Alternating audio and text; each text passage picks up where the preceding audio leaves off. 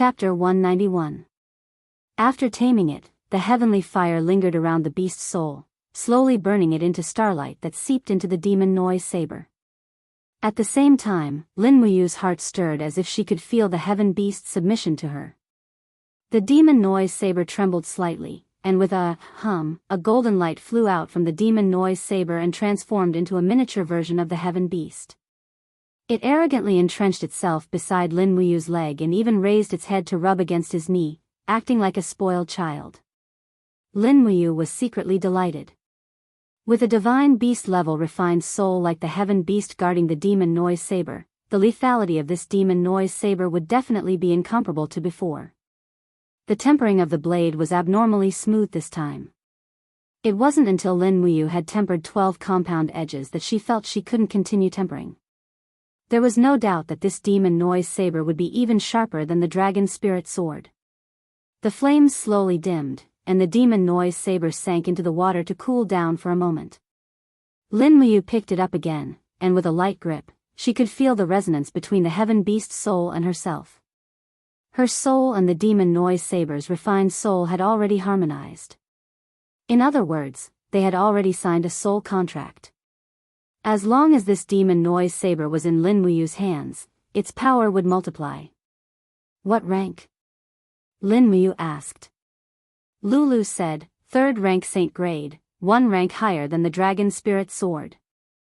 Wow, Lin Muyu grinned and said, I wonder how powerful it is. Big brother will know once you try it. This time, there was no need to throw it. With a thought, Lin Muyu transformed her battle chi into an invisible force and infused it into the demon noise saber. The demon noise saber immediately flew out with a flash of golden light. Moreover, in its flight path, the demon noise saber actually became invisible with a shio sound, leaving only a sharp whistling sound. He's invisible? Lin Muyu was dumbfounded. Lulu said, that's right, big bro. This demon noise saber is a light-type weapon because it refined the sky beast's soul. The sky beast's signature skill is to use the camouflage effect of the law of light to copy the light from its back onto its front, creating an instant invisibility effect. This demon noise saber is the same now. As long as Big Bro uses his battle chi, it can become invisible. Great! Lin Muyu was ecstatic. This was a true hidden weapon. Only an invisible hidden weapon could kill without leaving a trace. TSK, this demon noise saber seemed to have become a lethal weapon after being refined by the heaven beast. From now on, she had to be cautious when using the demon noise saber. If it wasn't a mortal enemy, she wouldn't use it. Because with the demon noise saber, killing became much easier. With a thought, the demon noise saber spun rapidly in the air, emitting a sharp whistling sound. After spinning several times in the room, it slowly came to a stop in front of Lin Muyu. Take it down, disassemble it, and put it into the knife pouch. Lethal weapon, definitely a lethal weapon. At this time, Lin Muyu finally felt a little tired. She went out to eat something, then returned to her room to sleep. There were many things waiting for him the next day. First was the bet with Yu Yen, and second was the long-awaited sword duel conference. The ranking in the sword duel conference was secondary. The most important thing was the dragon talisman. A talisman that could command 10,000 troops was simply too important in this world. Not long after, Shaochen fell into a deep sleep. He cultivated the forging dragon bone remnant scroll on his own. The golden martial spirit gourd faintly appeared above the chi si in his abdomen. It quickly absorbed and refined the spiritual energy of the night. The next morning, he woke up early. His complexion was much better, and the injury on his shoulder shouldn't affect him too much.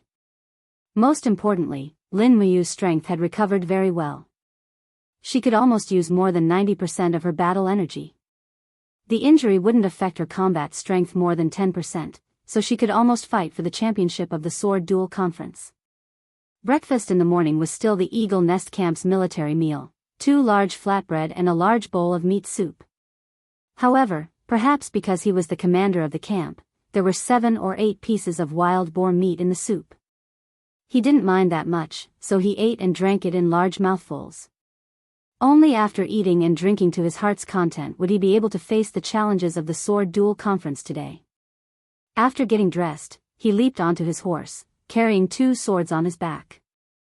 One was the dragon spirit sword, and the other was the purple blade sword that he was prepared to give to Qin Yin.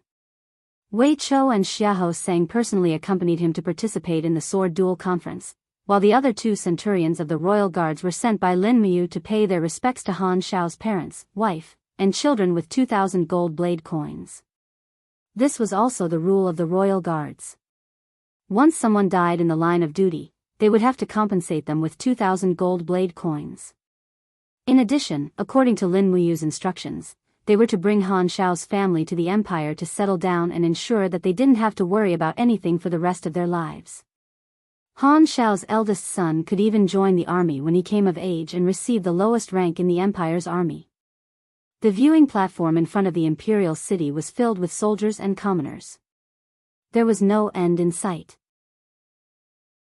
It was said that the emperor and the princess would personally attend the sword duel conference today, so many commoners were hoping to catch a glimpse of the emperor and her highness. Of course, there were also some people with ulterior motives who wanted to kill the emperor and usurp the throne. Thus, the area within 200 meters of the viewing platform was heavily guarded. Only the descendants of the aristocratic families and members of the empire's army were allowed to approach. Commoners had to watch from a few hundred meters away. This was something that could not be helped. Wei Chou walked in front and shouted softly, "Please make way, let us pass." This group of people were all wearing the armor of the royal guards. Logically speaking, Wei Chou could have shouted at the commoners to retreat, but he didn't do so. This was probably related to his birth as a commoner. Lin Muyu liked this feeling because she liked subordinates who didn't take advantage of their power to bully others. They walked all the way into Zetian Palace. The moment they arrived, Chu Huayin came over and smiled. You're finally here. Hurry up, Her Majesty, Her Highness, and that Yu Qi Yan are all waiting for you. Ah. Is that so? Lin Muyu smiled as she dismounted from her horse and entered Zetian Palace with Chu Huayin. In the main hall, all the civil and military officials were present. Feng Jixing, Jin Yifan, Luo Xing, Qin Lei, and the other important civil and military officials stood closest to the throne. Lin Muyu was led by Chu Huayin along the red carpet in the middle and directly stood next to Feng Jixing. When he raised his head, he saw Qin Yin sitting on the throne beside the throne.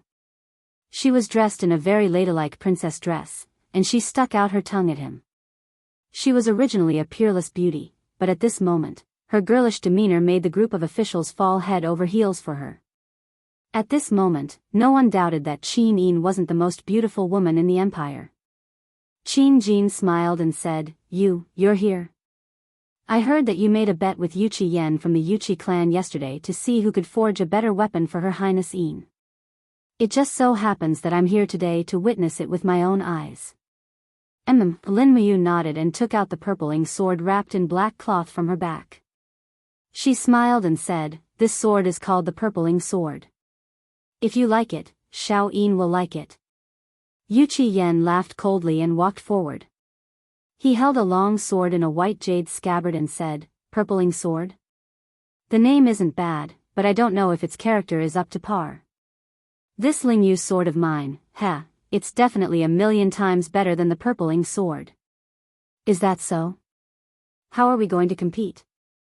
Lin Muyu asked with a smile. Yu Qi Yan seemed to want to humiliate Lin Muyu on purpose. He said, How about you and I, one person and one sword, fight with all our strength? Whoever's sword breaks or curls will lose. Lin Muyu, do you dare to bet with me? Why not? Come on. All right. Feng Jixing, Chu Huayin, Jin Yifan, Qin Lei, and the others all retreated to create an empty space. In addition, a few royal guards stood guard beside Qin Jin and Qin Yin to prevent them from getting caught in the crossfire. Clang! Yu Qi Yan's sword was unsheathed. The blade was sparkling like jade, transparent and resplendent. It was indeed a good sword, but it seemed to be only a mysterious rank weapon. At this time, Yu Qiyan let out a low roar. Suddenly, true qi dispersed in all directions. He actually released his own martial spirit, which was in the form of a flame. For a moment, the spirit jade sword issued a clear sword cry. Looking at Lin Muyu, Yu Qiyan's eyes were full of disdain. What, you don't dare to draw your sword? Lin Muyu laughed inwardly and slowly untied the black cloth covering the sword. Although the scabbard was exquisite, it was plain and unadorned compared to the other's white jade scabbard. This made Yu Qiyan laugh coldly. This kind of trash actually dares. Clang! The purple-ing sword was unsheathed. Lin Muyu deliberately didn't release the light of the purple-ing sword Saint Beast. She held the sword with one hand and held it horizontally like a master. With a shout, her battle energy exploded and turned into a milky white cyclone that circled around her. The Holy Temple's battle robe fluttered in the wind. Her entire aura seemed to have changed in an instant.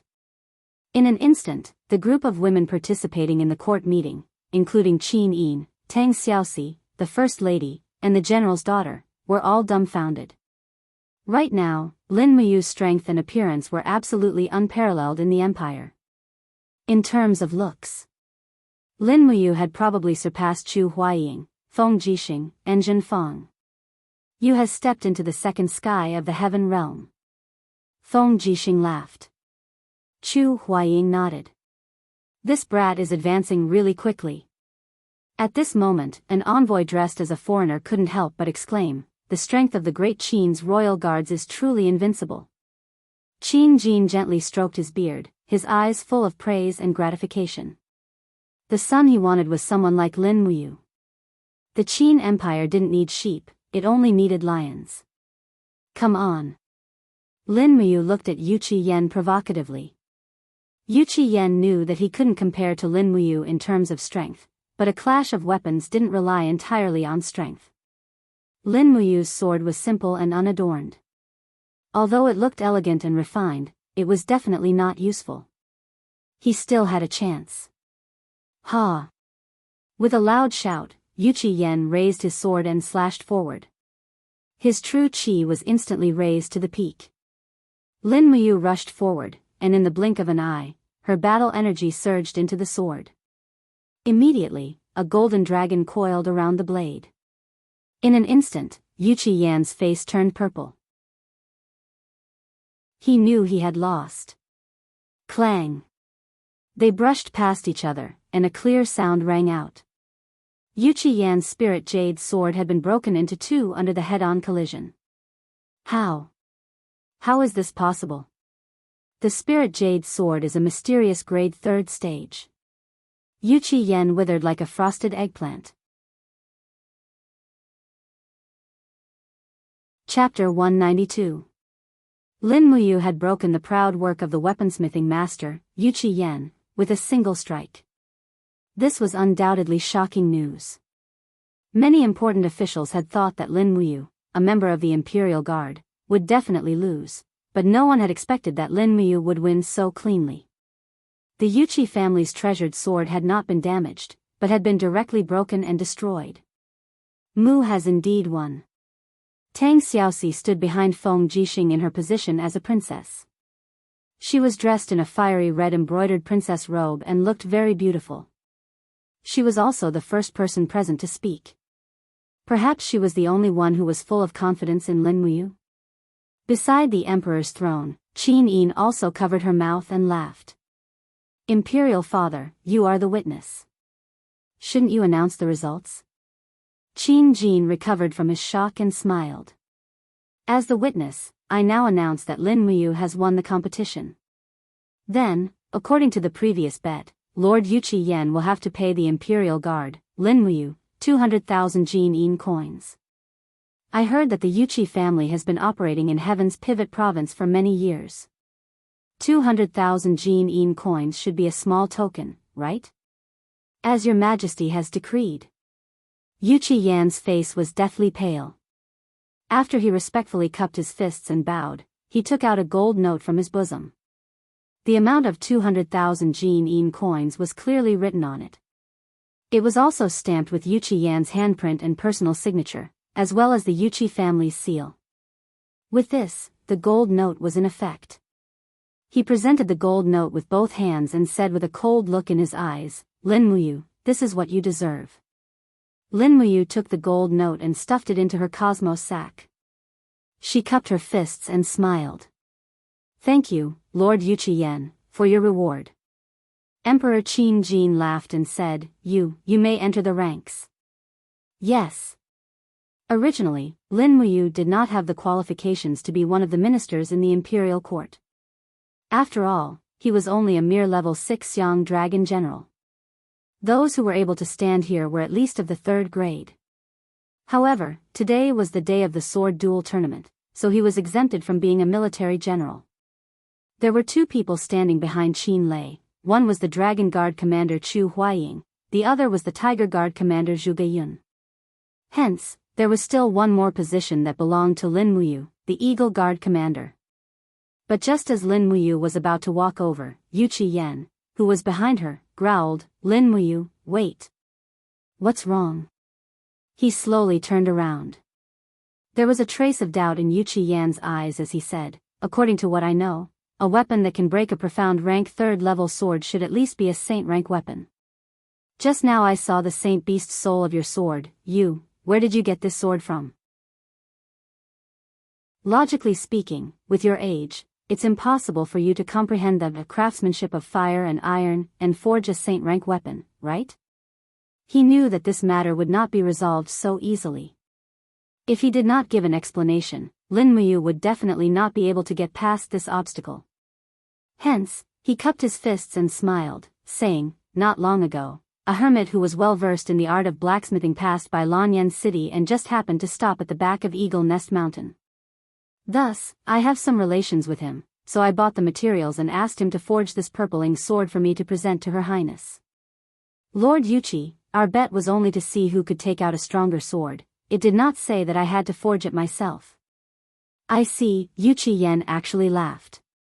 He must have felt that he was still the strongest blacksmith of the younger generation in the world.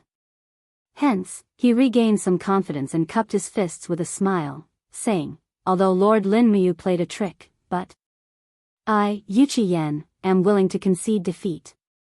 These 200,000 Jinyin coins shall be considered as a gift to the Eagle Nest camp. Thank you, Lord Yuchi, for your generosity." Lin Muyu walked forward with the purpling sword in her hand. She looked up at Qin Jin from afar and said, "Your Majesty, Lin Muyu hereby presents this 7th rank saint rank purpling sword to Her Highness. I hope that your Majesty will allow it." Qin Jin smiled happily and said, "Of course. Xiao Yin is your sister, so it is only right that you, as her brother, should do the same. Xiao Yin, hurry up and accept your big brother Yu's gift." Qin Yin was even more overjoyed. She walked to the edge of the golden steps and reached out to hold the tassels under her princess robe. She walked down the steps in a very ladylike manner. Her beautiful eyes were in high spirits as she looked at Lin Muyu with a smile. Her eyes were filled with deep affection. She raised her face to look at Lin Muyu, and her facial features suddenly became restrained. She obediently made a face at Lin Muyu and said with a smile, "Big brother Yu, thank you for your purpling sword."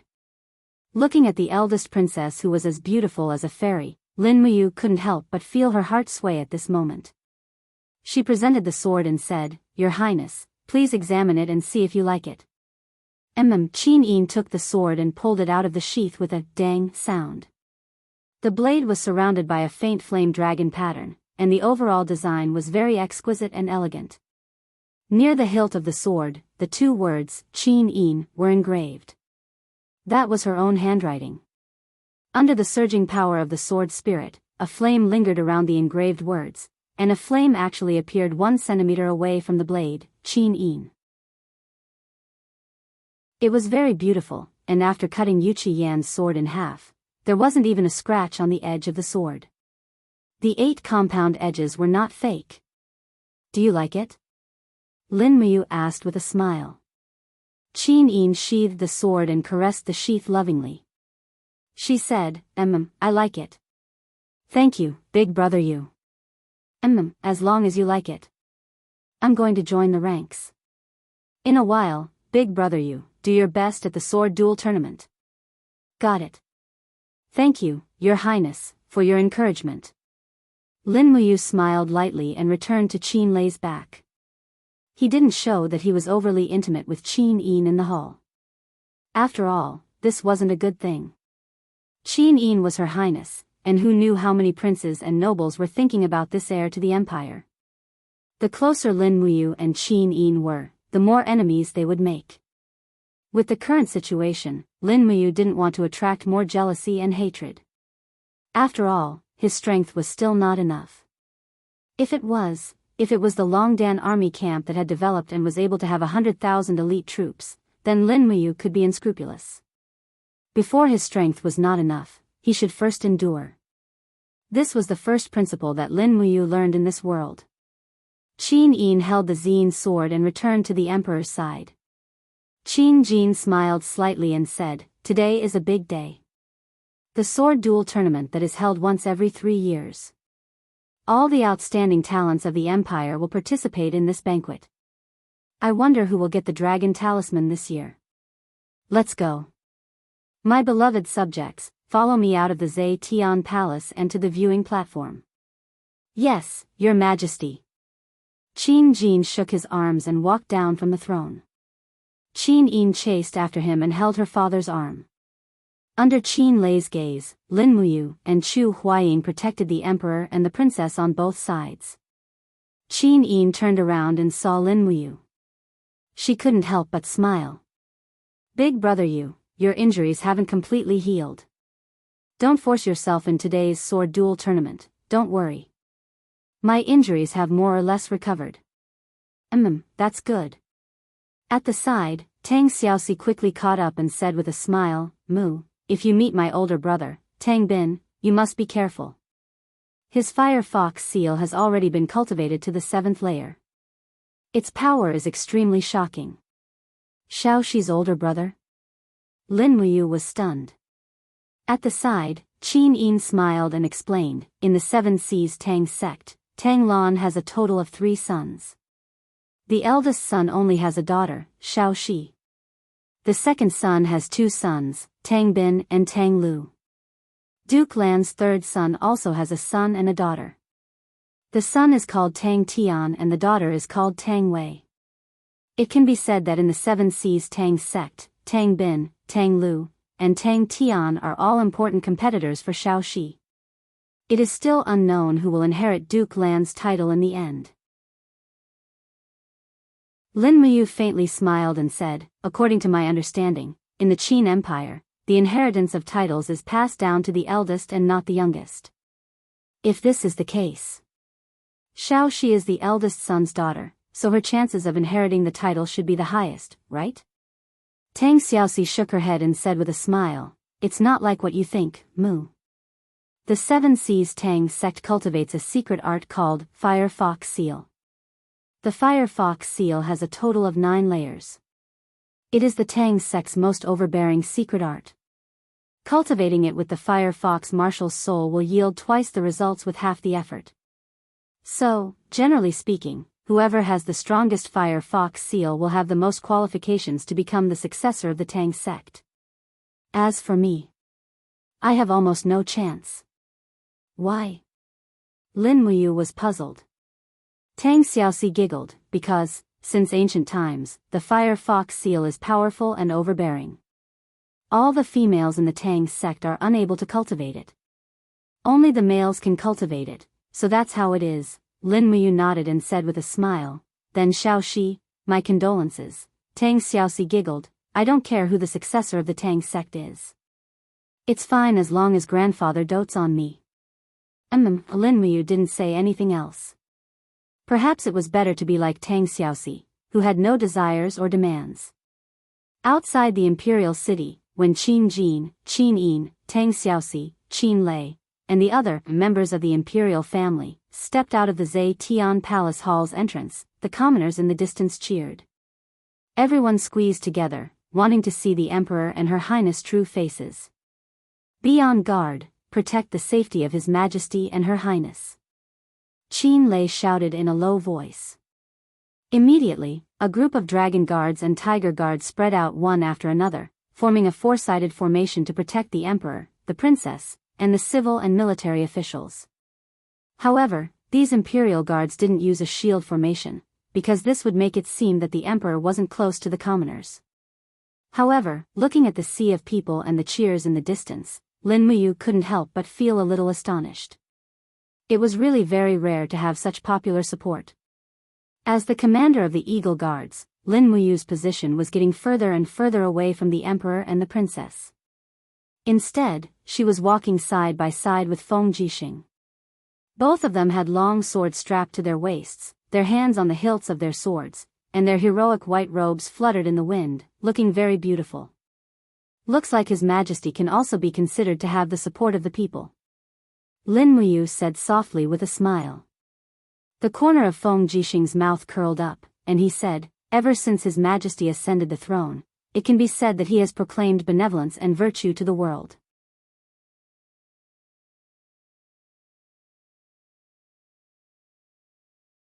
Chapter 193.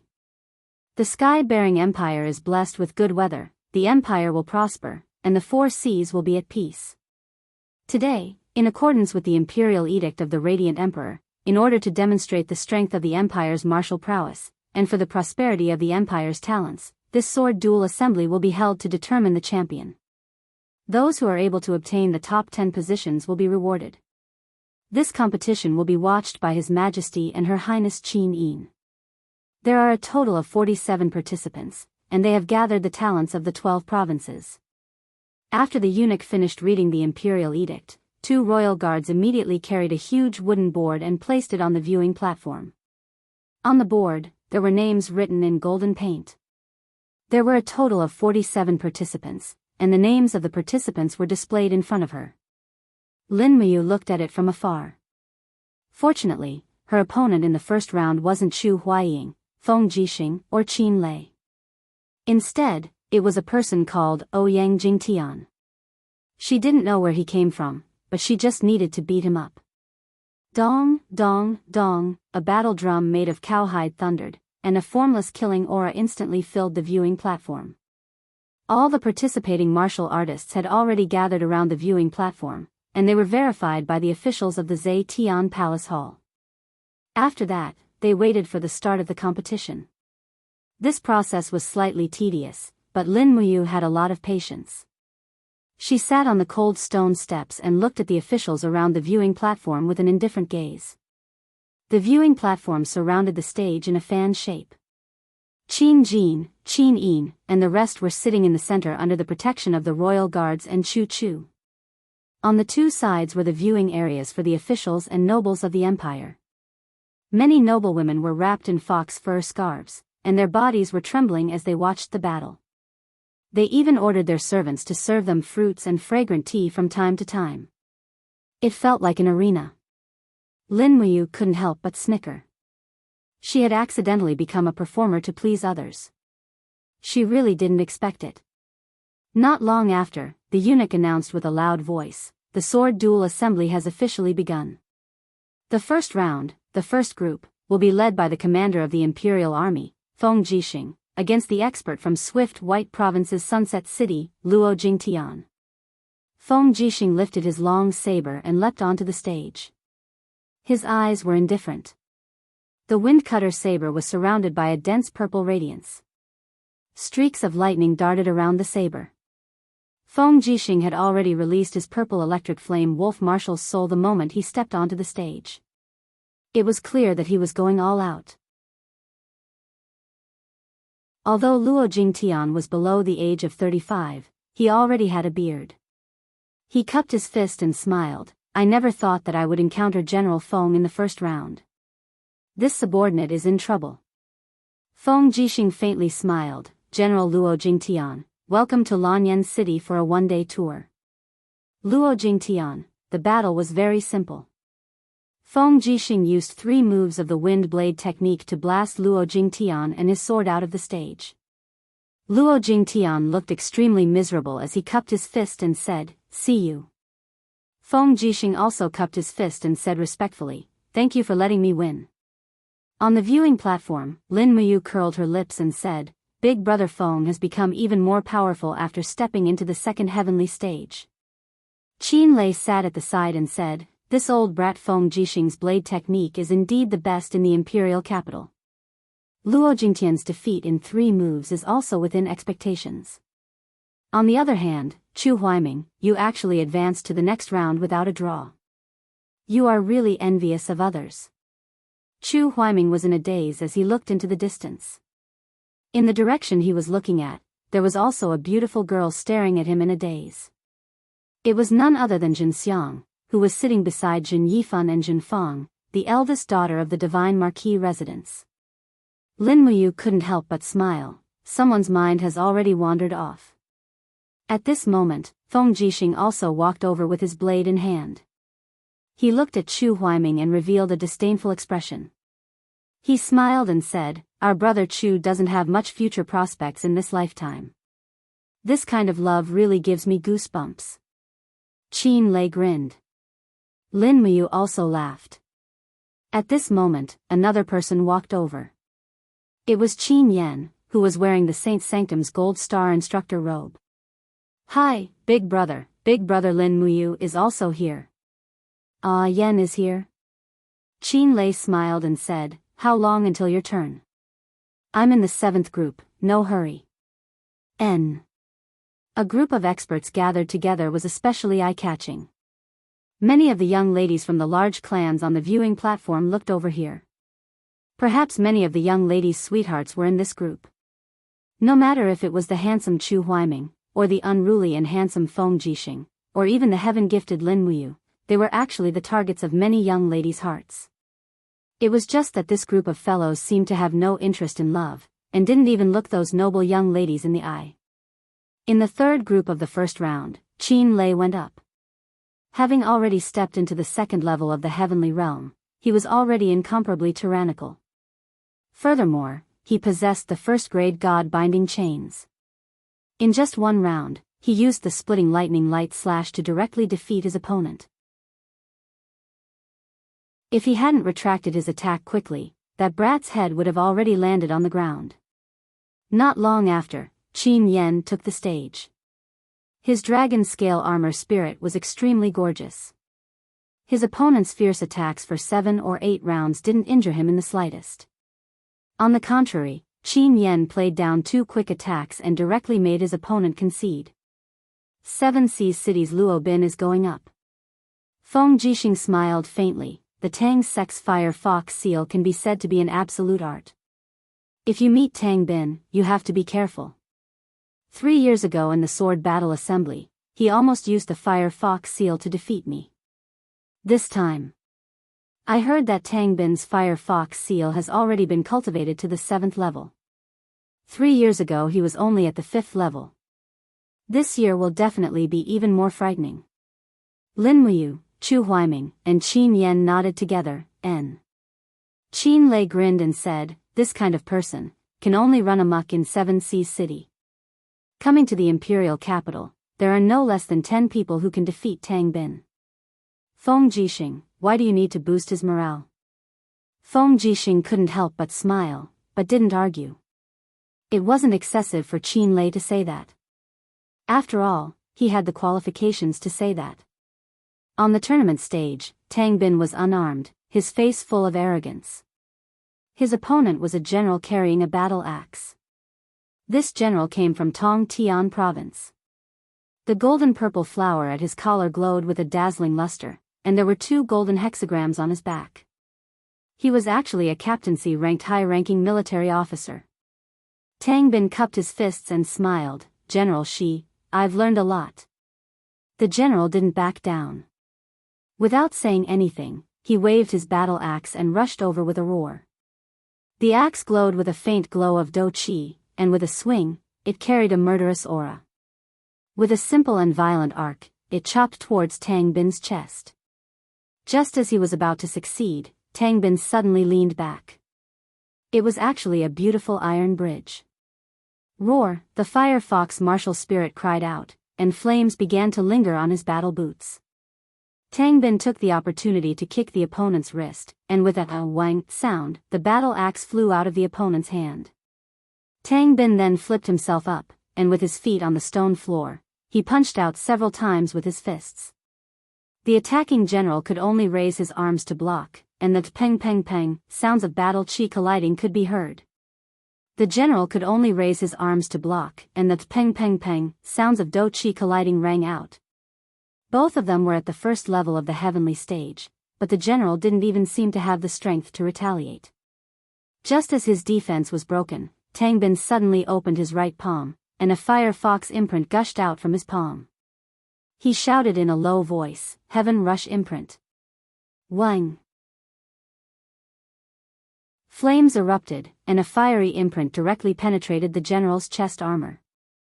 Immediately, the general retreated a few steps, his face pale as he knelt on one knee. The do chi on his body had actually been scattered in one blow. In a trembling voice, he said, I lost. The Firefox imprint indeed lives up to its name. Tang Bin cupped his hands and said with a smile, "Thank you for letting me win." Lin Muyu frowned and said, "What a mysterious Firefox imprint. Its power seems to be very violent.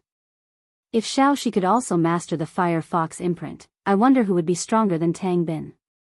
Feng Jixing said with a smile, "Princess, she is a girl.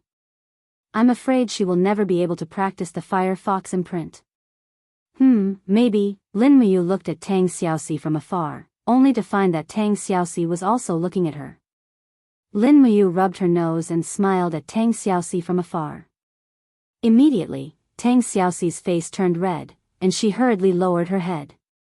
She didn't dare to look at this smelly hooligan, who dared to tease her. In the 13th round, it was finally Lin Muyu's turn to fight.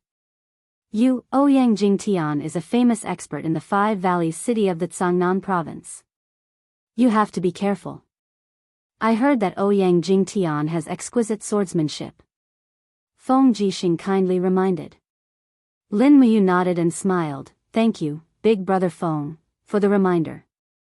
Qin Lei said with a smile, "Feng Jixing, don't worry about you. Don't you know his strength? Ouyang Jingtian is nothing. He can only be considered unlucky to meet you." At this time, the eunuch walked onto the stage and announced loudly, "Next group, the commander of the Eagle Nest Camp of the Imperial Army, Lin Muyu, will fight against the swordsmanship expert from the Cangnan province, Ouyang Jingtian." Lin Muyu carried the dragon spirit sword and went onto the stage. Immediately, many people on the viewing platform exclaimed, "Wow, that's Lin Muyu, the Imperial Guard that rescued the Emperor in Dear Song Yuan. How can such a handsome gigolo be so powerful?" Unfortunately, Lin Muyu's spiritual pulse technique was so powerful that she could hear the words of this group of people. For a moment, she felt very depressed. She could only use her strength to prove that she was not a gigolo. Ouyang Jingtian was a 30-years-old man. He was dressed in light clothes. His fingers were long and slender. He held a long sword that was shining brightly. His whole body was brimming with the demeanor of a grandmaster-level expert. Of course, this was only limited to the Cangnan province. As for the Lanyan city, no matter how powerful his swordsmanship was, could it be more powerful than the Sword Elder? Lin Muyu's 4-elemental imperial sword was inherited from the Sword Elder. Clang! Ouyang Jingtian pulled out his long sword and said with a faint smile, "Madam Lin Muyu, Ouyang Jingtian, have learned a thing or two." Lin Muyu held her long sword and cupped her fists, "Please enlighten me." Xiao! Ouyang Jingtian thrust his sword forward. The blade was surrounded by faint true qi. This was an expert who had not stepped into the heaven realm. For a moment, Lin Muyu changed her mind and directly used the scabbard to block. The moment Ouyang Jingtian's long sword was knocked away, Lin Muyu swept her long sword with the scabbard. Ouyang Jingtian spun his body in the air and did a somersault. He thrust his sword 4 times in the air. It was very swift and fierce. Lin Muyu directly called out her martial soul. The wall of the gourd rose. At the same time, she raised her arm. The dragon spirit sword with the scabbard rotated rapidly in the air. Ding, ding, ding sounds were heard several times. She deflected Ouyang Jingtian's sudden thrust. She felt a burst of numbness in her arm. Ouyang Jingtian could be ranked among the experts of swordsmanship. The strength of his sword chi should be the limit of an Earth Realm expert.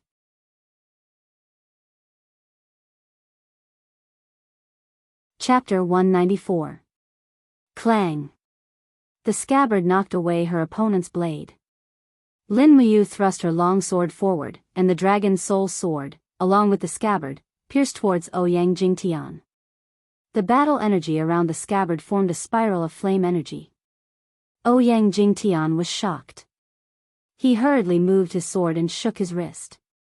Suddenly, the sword twisted like a poisonous snake and twisted around the Dragon Soul sword. Twisting sword technique. In an instant, Lin Muyu's battle chi was like a clay ox entering the sea. Naturally, Lin Muyu's attack was ineffective. However, he wasn't in a hurry. He suddenly loosened his grip and the Dragon Spirit sword was seized by Ouyang Jingtian's sword. At the same time, Lin Muyu's fist was surrounded by battle chi as he punched his opponent's shoulder. Ouyang Jingtian hurriedly turned his body to dodge. At the same time, he swept his sword horizontally. Hua! Lin Muyu bent her body and dodged the attack. At the same time, she raised her finger, and lightning flashed between her finger and the Dragon Spirit sword. The seized Dragon Spirit sword spun around as if it had a mind of its own and heavily stabbed Ouyang Jingtian's back with its scabbard attached. Bang! Ouyang Jingtian had suffered a heavy blow. How could he withstand it? Blood was already flowing out of his mouth. His eyes were filled with shock as he looked at the Dragon Spiritual sword that had returned to Lin Muyu's hand. I lost. He stood still and said, Imperial Guard Lin Muyu is worthy of her reputation. I, Ouyang Jingtian, am convinced. But, is it the Imperial sword technique? Lin Muyu nodded. It is indeed a kind of Imperial sword technique. Thank you for letting me win. Thank you for your advice. After the winner was decided, Lin Muyu's name was immediately placed in the top 24. When she returned to the viewing platform, Chu Huaying, Feng Jixing, and the others congratulated her. Although she was only in the top 24, Lin Muyu had already made a name for herself in public. There wasn't much suspense in the following matches. Zhen Fang, Yuan Lian, Ling Feng, and the other elites of the imperial capital easily won their matches one after another. Not long after, the names of 24 people were listed on the wooden board. They were painted with golden paint and looked to be sparkling under the sunlight. The matches were still going on. There were fewer and fewer people left in the selection area of the viewing platform. There were only 24 people left, and many of them were familiar with each other. Zhen Fang turned a blind eye to Lin Muyu, Feng Jixing, and the rest. His resentment was too deep. On the other hand, Tang Bin from the Seven Seas Tang sect was able to chat with Zhen Fang, Yuan Lian, and the rest. It was as if they were all graduates from the imperial capital's Ares College and could be considered classmates. Yuan Lian held a thin sword in his hand, a faint smile on his face. Young Lord Tang's Fire Fox seal has already reached the 7th layer. This is truly worthy of celebration. It seems that the future leader of the Seven Seas Tang sect will be none other than young Lord Tang. Tang Bin smiled. You flatter me, Major General Yuan. I, Tang Bin, am not worthy. I only hope to be in the top 10 of this tournament. With the cultivation of the 7th level of the Fire Fox seal, you will definitely be in the top 10. Young Master need not worry, Ling Feng, who was at the side, had a tinge of worry as he said, this year's sword dueling tournament is not going to be simple. Let's see how the next round goes. Once they meet Feng Jixing, Qin Lei, Chu Huaying, and Lin Muyu, these 4 troublesome fellows, I'm afraid it will not be easy for anyone to win. Young Duke Zhenfang, what do you think? Zhenfang's expression was calm, and he said, I'll just do my best. As for the outcome, let the heavens decide. Young Duke has a good cultivation base. However, I heard that when you were a deacon in the Divine Temple, you once sparred with Lin Muyu and the outcome was not decided. It seems that Lin Muyu does have some ability. It was clear that Zhen Fang was at a disadvantage in that sparring match. In an instant, Ling Feng's words caused Zhen Fang's face to turn ashen. He snorted, "That Lin Muyu is just an opportunistic piece of trash. Just wait and see." "Heh, we are naturally waiting to watch a good show." "Oh right, I heard that young Duke's elder sister, the beauty ranked third on the beauty list, Qing Xiang, has recently been in close contact with one of the imperial guards, Chu Huaying. It seems that the divine marquis residence also values the status of the imperial guards and wants a good marriage?" Ling Feng said with a smile that did not reach his eyes. In an instant, Zhen Fang was infuriated. He suddenly pulled out half of his sword and shouted, "Ling Feng, if you dare to say another word, I will cut off your tongue and eat it with wine. Do you believe me? Who does Chu Huaying think he is? How can a lowly commoner like him be worthy of my elder sister? My elder sister is just bewitched. After some time, she will naturally realize that Chu Huaying is not worthy of her." "Is that so?" Ling Feng laughed and cupped his fists. "I misspoke just now. I hope young Duke can forgive me." "Humph." While Zhen Fang, Ling Feng, Tang Bin and the others were chatting happily, Chu Huaying, Feng Jixing, Qin Lei, Qin Yan and the others were listening from afar. Their voices were too loud, it was hard not to hear them. Feng Jixing wiped his wind cutter blade and said with a faint smile, "The Divine Marquis residence, the Protector General's residence and the Stabilizing General's residence have been fighting openly and secretly in the capital. It is rare for these people to be able to talk together, how hypocritical." As he spoke, Feng Jixing raised his head to look at Chu Huaying and said, "Do you really like Zhenxiang?" Chu Huaying was stunned and said, "Miss Zhenxiang's talent and appearance have indeed moved my heart. Of course, I really like her. Why, will General Feng object to us? Although I also know that it will be difficult." Feng Jixing smiled. "Life is short, and it's not easy to meet a woman who can move your heart. Since you like her, you should be courageous enough to pursue her. As your friend, I will naturally support you. However, the relationship between the Divine Marquis residence and the Royal Guards is very tense. I'm afraid this path will not be easy." Chu Huaying's expression dimmed. "I know." Feng Jixing smiled and said, "What do you guys think about old Chu and Zhenxiang?" Qin Lei said, "I don't understand matters between men and women." Qin Yan said, "Elder brother doesn't understand, and I don't want to understand." Feng Jixing was speechless. What do you think?" Lin Muyu laid on the cold stone steps and said slowly, "Just like what brother Feng Jixing said, if you like someone, you should courageously pursue them. Don't let yourself regret it. However, brother Chu Huaying really needs to protect himself. Xing Yifan is ruthless, who knows what he will do." Chu Huaying nodded, "Yes, I know what I am doing." At this time, the second round of matchups had already been decided. There were a total of 12 groups, and this time, it was considered a tit for tat. Several groups were actually strong opponents. Feng Jixing versus Tang Bin, Lin Muyu versus Lingfeng, Chu Huaying versus Zhenfang. As for Qin Lei and Qin Yan, they were quite lucky. The opponents they faced were not too strong, and some had not even stepped into the heavenly realm. After all, it was not easy to reach the heavenly realm. There were not many people who could step into the heavenly realm before the age of 35. Therefore, in the eyes of others, Lin Muyu, Chu Huaying, and Feng Jixing were all rare geniuses. Lifting his sword, Feng Jixing patted the dust off his battle robe and smiled, "I'm going. Be careful, Tang Bin's fire fox seal is very powerful." Chu Huaying warned. "Don't worry, he is not my opponent." Feng Jixing's confidence was bordering on arrogance, but no one doubted his arrogance. He was the youngest commander in the entire empire, and he was in charge of the capital's 30,000 imperial guards and close to 20,000 scattered troops. His own strength was unquestionable. On the other hand, Tang Bin had a calm expression. Standing on the tournament stage, he cupped his fists and smiled. Tang Bin has experienced Commander Feng Jixing's brilliant moves. I didn't expect that we would meet so early in this year's sword duel tournament. What a coincidence.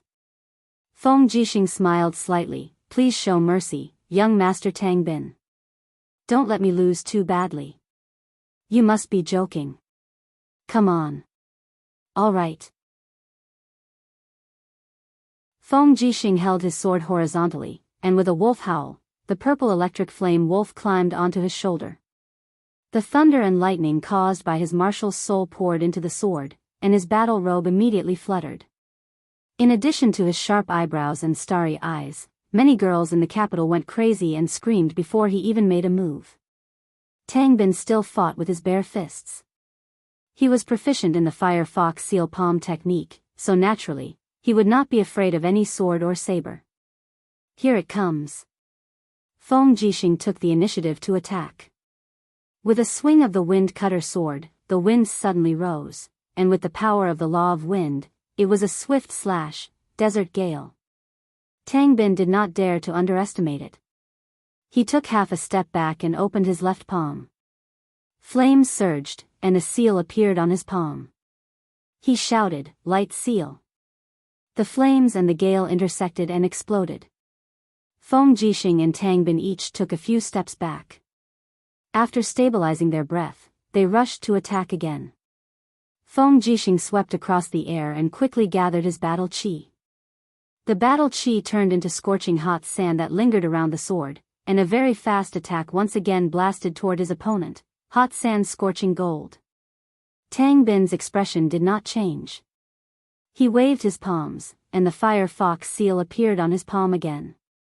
He raised both palms and launched the third Fire Fox seal, Scorching Flame Seal. Hong! The raging flames quickly engulfed the front, and Feng Jixing brandished his sword and rushed out of the flames. The hot sand scorching gold slashed heavily on the opponent's palm seal, and quickly broke it. Feng Jixing ignored the flames on his cloak. His whole body was raging with lightning, and he suddenly slashed down from above. It was the fourth style of his self-created wind-walking saber technique, Wild Thunder Saber. Tang Bin looked up at the sky, and the calmness on his face finally showed some fluctuations. He could feel how powerful and overbearing Feng Jixing's saber was. He opened his palm and directly skipped the 5th level of the Fire Fox seal, and directly used the 6th level, God Concentration Seal. In an instant, the golden light shone brightly. Tang Bin raised his palm and blasted out like a divine oracle. Boom! The collision of energy in the air formed an impact, and it directly blew the group of nobles on the viewing platform until they let out sharp cries. In the end, under the palm of the God Concentration Seal, a little blood flowed out from the corner of Feng Jixing's mouth. But his body was in the air, and he didn't land. He directly urged his battle energy, and the purple electric flame wolf howled. He raised the saber with both hands, and immediately, a fiend god star actually appeared behind him. His battle energy was so strong that it was a little scary. Oh my god, Qin Yen was flabbergasted. When did Feng Jixing cultivate to this level? Qin Lei squinted his eyes. This is the 8th style of his self-created wind-walking saber technique, Devouring Demonic Saber. I've experienced this move before. It's really F***king powerful. It directly hit me until I vomited blood. In the arena, Tang Bin didn't feel good. Seeing that Feng Jixing's tyrannical saber was about to land, he could only brace himself and face it. Flames lingered in his palm, and he directly used his strongest move, 5 Chi Seal. Immediately, the 5 Chi of fate in the world crazily surged towards Tang Bin. Metal, wood, water, fire, earth, they mutually reinforced and restrained each other. They grew and multiplied endlessly, and turned into a palm force that soared into the sky. Bam! In the air, flames and lightning interweaved together, and a violent wind almost engulfed the entire battling platform. In an instant, the flames were extinguished, and Feng Jixing floated down to the ground. Half of the white robe behind him was burned. He slapped out the flames, and his expression was very calm as he said indifferently, "Did I win?"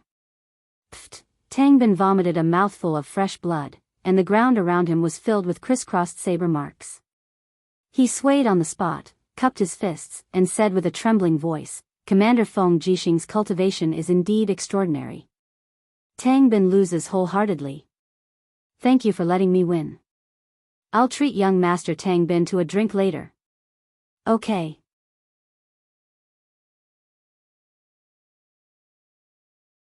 Chapter 195.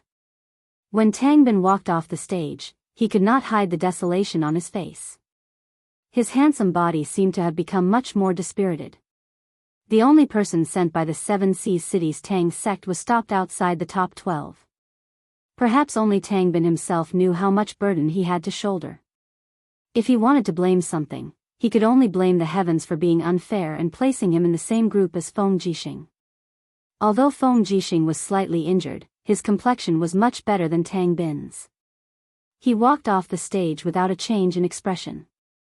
Facing the congratulations of Chu Huaying, Lin Muyu, and the others, he said frankly, if it wasn't for Ayu's dream of the peak that helped me break through and step into the heavenly state stage 2, I'm afraid the outcome would have been hard to say. The power of the Fire Fox Seal's stage 7 is truly amazing.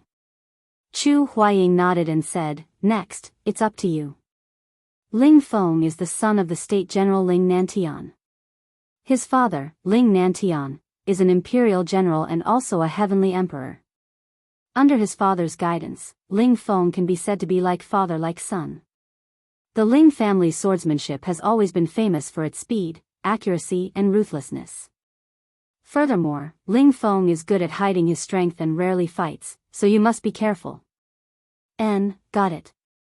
Lin Muyu slowly walked down the viewing platform with the dragon spirit sword in hand. In the distance, Ling Feng also stepped onto the stage with a faint smile on his face and a mysterious grade level 2 sword in hand. Although it was not as good as the dragon spirit sword, it was enough to compete. However, Lin Muyu's greatest chance of winning was that he was now at the second heavenly state, while Ling Feng was only at the first heavenly state. As long as his swordsmanship did not lose out too much, he would naturally be able to win. Ling Feng hugged the sword in his arms and did not bow. He smiled and said, Lin Muyu, I heard that your imperial sword technique is amazing. It just so happens that my Ling family's inherited sword manual is famous for close combat. Today, close combat swordsmanship against swordsmanship, interesting. Lin Muyu secretly frowned. This Ling Feng was indeed extremely arrogant. This kind of arrogance was even better than Jin Feng's arrogance. It seemed that the State General had really spoiled this son. Ling Feng gently pushed the scabbard with his thumb, and the long sword in his hand was already unsheathed. He tossed the scabbard aside, and the long sword turned into 3 sharp sabers that slashed over. Lin Muyu also pushed the scabbard, pulled out the dragon spirit sword, and faced him head-on. Her wrist gently blocked 3 times, blocking all of Ling Feng's attacks. At the same time, she lifted her combat boots and kicked heavily. What? Ling Feng didn't expect Lin Muyu's close combat swordsmanship to be so good. He raised his foot to meet her attack.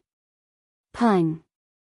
Lin Muyu retreated, but Ling Feng's do chi circled around his combat boots. Using a skillful force, he channeled the force into the ground. With a turn of his body, he launched an attack from the side.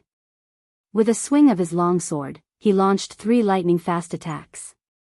In the air, he shouted in a low voice, Yin Yang triple layer. With a low roar, Ling Feng released his martial soul. It was the image of a giant flame beast that lingered around his shoulders. The power of his martial soul was infused into the blade of the sword, causing each of the 3 sword attacks to be very powerful.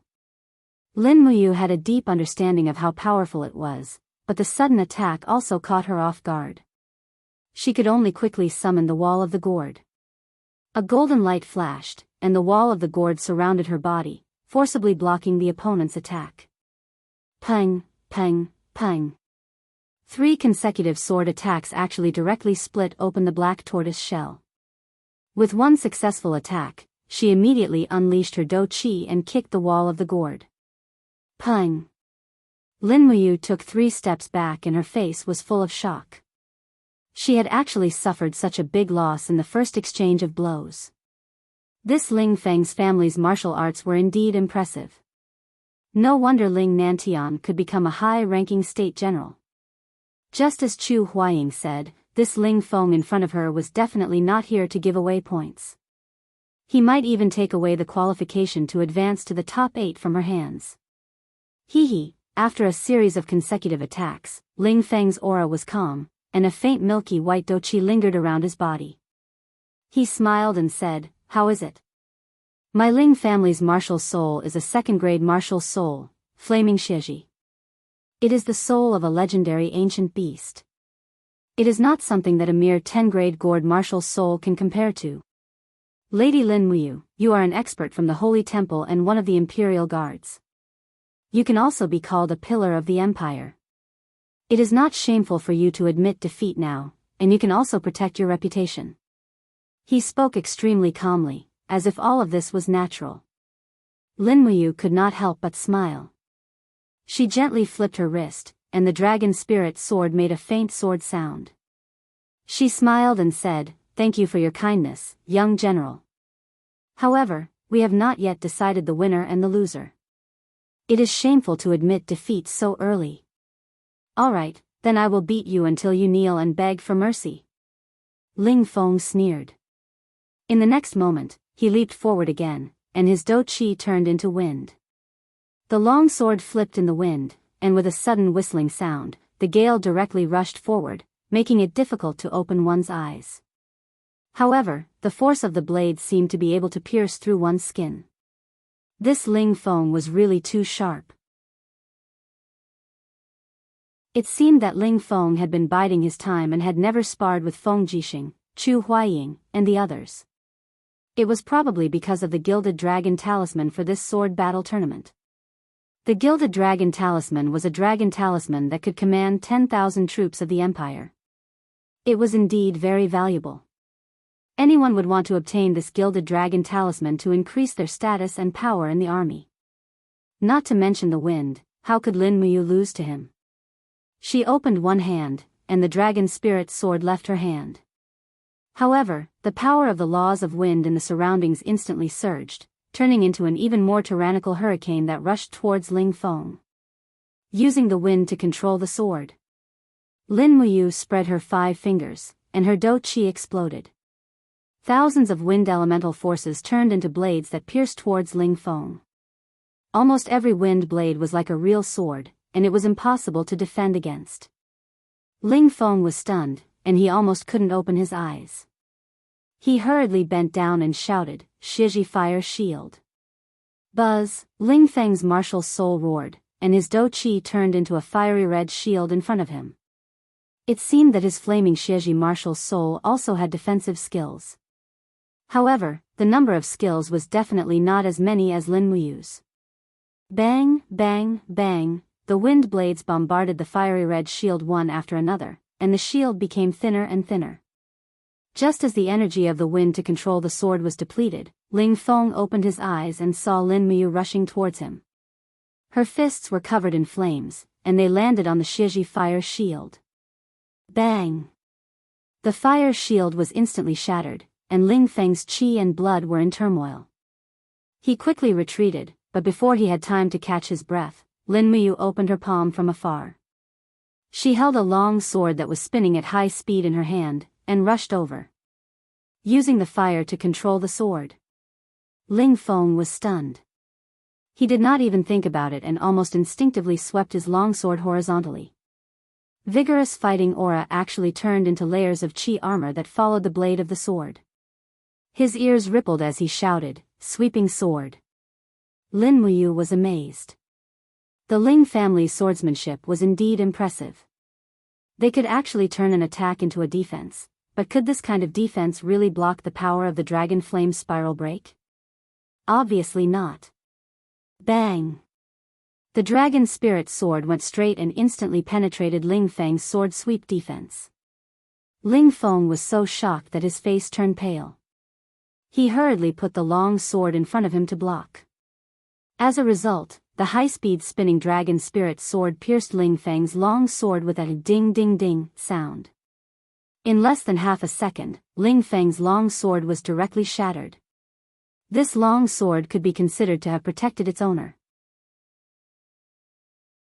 Otherwise, it wouldn't be the sword that was broken, but Ling Feng's throat.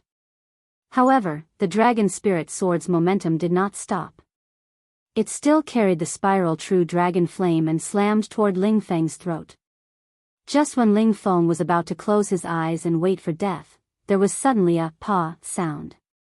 The dragon spirit sword's hilt was grabbed. Lin Muyu giggled and stopped the dragon spirit sword's momentum. The blade was less than a centimeter away from Ling Feng's throat. She smiled and said, "Now, does this count as my victory?" Ling Feng was scared out of his wits. How would he dare to show off? After all, the participants of this sword battle meet had to sign a life or death agreement. Even if Lin Muyu took the opportunity to kill him, his father would not be able to pursue the matter. He could only nod and say, "Lady Lin Muyu's swordsmanship is extraordinary. I, Ling Feng, have already lost." Hua. Lin Muyu withdrew her long sword, cupped her fists, and said, "Thank you for letting me win." Ling Feng also retracted his arrogant attitude. He cupped his fists and said, "Thank you, Lady Lin Muyu, for your guidance. Ling Feng has lost, and you have won." When Ling Feng walked off the stage, a round of applause sounded from the viewing platform. It was from Qin Yin and Tang Xiaoxi. Even Qin Jin was nodding his head with a look of approval on his face. Lin Muyu, the godson of the Celestial Emperor, did not disappoint him. Be it in terms of cultivation or character, she had far surpassed Ling Feng. Lin Muyu walked off the stage and quietly waited for the next match. After a few matches, it was time for the most crucial match. Chu Huayin vs. Zhen Fang. This match was very complicated, and Chu Huayin was in a difficult position. After all, Zhen Fang was Zhenxiang's younger brother. If he won, he would be letting Zhenxiang down. The Divine Marquis residence had also made ample preparations for the sword battle meet. Zhen Fang was the wager of the Divine Marquis residence. If Zhen Fang lost, Zhen Yifan would not look good either. However, if Chu Huayin lost, it would be a disgrace to the royal guards and the royal family. Chu Huayin stood up majestically. His clear eyes looked towards the stage in the distance. That was his dream. Feng Jixing sat on the cold stone steps and smiled. Surnamed Chu, if you use the star-plucking finger, you have about a 50% chance of winning against Zhen Fang. If you don't use it, then you will definitely lose. I heard that Zhen Fang has also consumed Dream of the Extreme Peak, and stepped into the second heavenly realm. He passed down all his skills to Zheng Yifan. Just do as you see fit. Chu Huayin's expression was calm. I will strive to win. All right. On the viewing platform, Zheng Yifan squinted his eyes and said plainly, "Fang Er, your opponent is Chu Huayin. He is not an opponent to be underestimated."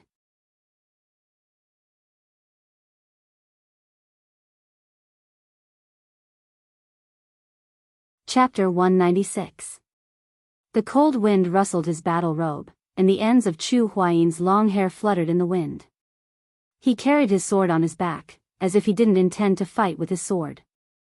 His right hand hung low, and fighting aura surrounded his fingertips. His body glowed with a faint purple light, and his martial soul, the sable, was about to appear. Zhen Fang held a long and thin sword, and his expression was fierce as he sneered, "Stop, Chu Huayin. Although you're a member of the royal guard, you should know that there's a huge difference in status between you and my sister. You're just a lowly noble, and you don't even have a title of nobility. How are you worthy of my sister? I advise you to rein in your horse before it's too late. You won't make a huge mistake." Chu Huayin's gaze was like water, and his voice was extremely calm as he said, "There's a difference in status between people, but there shouldn't be a difference in character. Young Duke, although Zhenxiang comes from a rich and powerful family, Chu Huayin is confident that with my strength, I can let her live a good life. I'll protect her for the rest of her life and give her happiness." "Pfft!"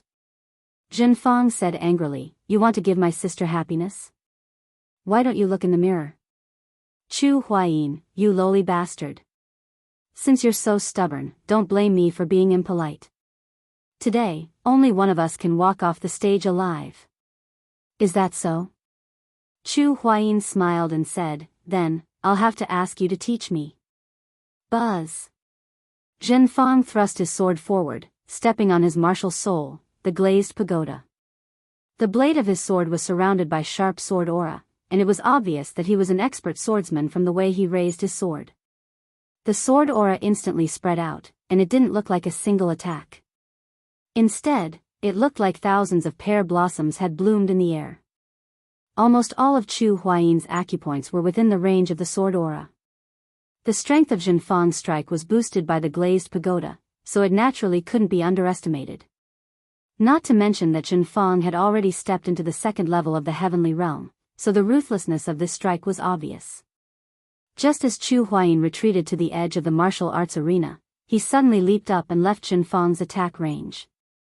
His battle energy surged in midair, and the next moment, he launched an attack from midair. His palms turned into fingers and instantly released thousands of star-picking fingers. It was as if thousands of stars were descending from the sky. The magnificence of his moves was indeed rare. Golden Bell Shield. Zhenfang spun around and stood on the ground, but he still activated his martial soul's skill. A golden barrier appeared around his body, and Chu Huaying's star-plucking finger caused golden ripples to appear on the golden barrier. Just as his body was about to fall, Zhenfang rushed over with his sword in hand. A sword light flashed, and a ruthless sword shot into the sky. Whoosh! Battle energy gathered in his palms, and Chu Huaying's body suddenly spun in a spiral, perfectly dodging Zhenfang's sword energy. He spun around and landed on the ground, shouting, "Golden snake coiling." His movement technique was extremely mysterious. Just as Feng Jixing had said, no one knew who Chu Huaying's master was. However, just based on his skills alone, it was enough for him to stand proudly on the mainland. In fact, Feng Jixing had once said that he would rather face Qin Lei than Chu Huaying's tricky and magnificent moves. This was enough to show how extraordinary Chu Huaying's cultivation was. However, just as Chu Huaying landed on the ground with the golden snake coiling, Zhenfang suddenly launched another attack. His sword spun in the air, and countless sword energies raged towards Chu Huaying. Myriad Sword Technique. This was a technique that used sword energy to control one's sword. It wasn't very rare, but Zhenfang's move was as swift as a gust of wind and lightning. Furthermore, the timing was very exquisite. He launched his attack the moment Chu Huaying landed on the ground. At this moment, Chu Huaying needed half a second to recover his battle energy, which was also when he was at his weakest. Pfft! A wisp of blood spurted out from Chu Huaying's shoulder. Following that, more and more blood spurted out. In the blink of an eye, his chest had already been pierced through by 4 to 5 holes. Although they weren't serious injuries, he looked very miserable. On the viewing platform, Zhenxiang suddenly stood up. Her pair of beautiful eyes were filled with shock and worry. "Lord Chu, Zhenxiang." Zhenfang frowned and said, "Sit down. Don't forget that his opponent is your younger brother. You are a member of the Zhenfang family, so you should have the pride of a Zhenfang family member. How can you lose your composure for a mere imperial guard?" "Father, I..." Zhenxiang slowly sat down, but her gaze didn't leave Chu Huaying. She bit her red lips, and a trace of pain appeared on her face. She said, "I only hope that father can fulfill our wish. Other than Chu Huaying, Zhenxiang will never fall in love with any other man." "Is that so?" Zhenfang faintly smiled. He raised his head and leisurely said, "Love and hate, gather and disperse. In the endless flow of time, what does it count for? One day, you will understand this truth." Zhenxiang suddenly lowered her head and looked at the ground. She faintly smiled and said, "Would rather choose not to understand this truth." "You," Zhenfang angrily glared at his own daughter. However, he suddenly sighed and said, "Father has spoiled you since you were young. Whatever you want, I will give you. However, this is the only thing that I can't let you do as you please. If it was someone else, even if they were born in a poor family, I would have nothing to say. It's fine as long as you like them. But this Chu Huaying, he is Feng Jixing and Qin Yan's man. The grudge between him and the Divine Marquis Mansion is simply irreconcilable. Qin Lei can't wait to kill father in anger. Do you really want to consign father to eternal damnation? Jinxiang was speechless. She raised her head and looked at the arena again. Chu Huaying's handsome figure had already launched a counterattack. The battle chi in his body had turned into starlight and surrounded his body. His fingers were like butterflies flying in the air, shooting out beams of starlight. The star-plucking finger, as the name suggested, could pluck stars to injure people. These beams of starlight bombarded Jinfang, making it almost impossible for him to get close. After fighting for a long time, Jinfang had already fallen into a disadvantageous position. Perhaps Chu Huaying's injuries looked very miserable, but only Jinfang himself knew how miserable his situation was. Many of the major acupoints in his body had been sealed by Chu Huaying's star-plucking finger. Even the strength to hold his sword seemed to be a little strained, let alone to use the imperial sword technique. Pfft! Another swift and fierce, star-plucking finger directly pierced through Jinfang's Holy Temple battle robe and battle armor. His Holy Temple deacon's golden insignia instantly shattered and rolled on the ground. Jinfang didn't even look at the Holy Temple insignia. Instead, he forcibly gathered his true qi and leaped up to counterattack. His long sword was like a poisonous snake as it pierced towards Chu Huaying's dantian. Was he trying to destroy Chu Huaying's energy sea? For a cultivator, there was probably nothing more important than the energy sea. Chu Huaying was slightly angered. His left hand suddenly turned into a palm, and a palm descended from the sky. He shouted, "Moon imprint palm." Boom! The force of the palm descended from the sky and directly landed on Jinfang's back, blasting him to the ground along with his sword. His face even heavily collided with the hard stone floor, causing blood to flow, and it was a tragic sight to behold. "Let's stop here," Chu Huaying said lightly. "Young Duke, you have already lost. There is no need to struggle anymore. Just admit defeat." Jinfang's face was full of dejection and regret. Tears swirled in his eyes. As the young Duke of the Divine Ho residence and one of the 12 deacons of the Holy Temple, he actually lost so miserably. Furthermore, he didn't lose to experts like Feng Jixing or Qin Lei. Instead, he lost to a nameless royal guard. How could he endure such humiliation? Chu Huaying, Jinfang raised his head and looked at Chu Huaying. He said softly, "If you really want to marry my sister, then listen to me." Chu Huaying was slightly stunned. Jinxiang was his only weakness other than Chu Yao. Once he heard that he had a chance to be with the person he loved, he lost his ability to judge. He squatted down and asked, "Young Duke, do you have any ideas?" "Of course, he." Just as Chu Huaying was very close, Jinfang suddenly reached out and grabbed Chu Huaying's collar. The long sword in his right hand pierced into Chu Huaying's dantian at lightning speed. Pfft! Blood splattered, but it was only a superficial wound. After all, Chu Huaying's battle aura armor had not been broken. The long sword cut a long wound on his abdomen and blood flowed out. Chu Huaying was furious. He raised his hand and slammed it directly on Jinfang's abdomen. It was also the location of his qi. A powerful moon reflection palm landed. Boom! Blood splattered from Jinfang's dantian as if it had exploded. At this moment, his qi had been destroyed. "Chu Huaying, how dare you!" Zheng Yifan stood up abruptly. His figure flashed, and like a goshawk, he swooped towards the martial arts arena. He raised his palm and attacked from above. How could Chu Huaying withstand an attack that was filled with Saint Realm dark force? He even gave up on defending himself. He closed his eyes and said with a faint smile, "Chu Huaying, have a clear conscience." At this moment, another figure attacked like lightning. Flames soared into the sky and a huge fire cauldron blocked in front of Chu Huaying. It was Fire Cauldron Chu Chu. Boom! The flames exploded. Chu Chu and Jinfang retreated a few steps after their palms collided.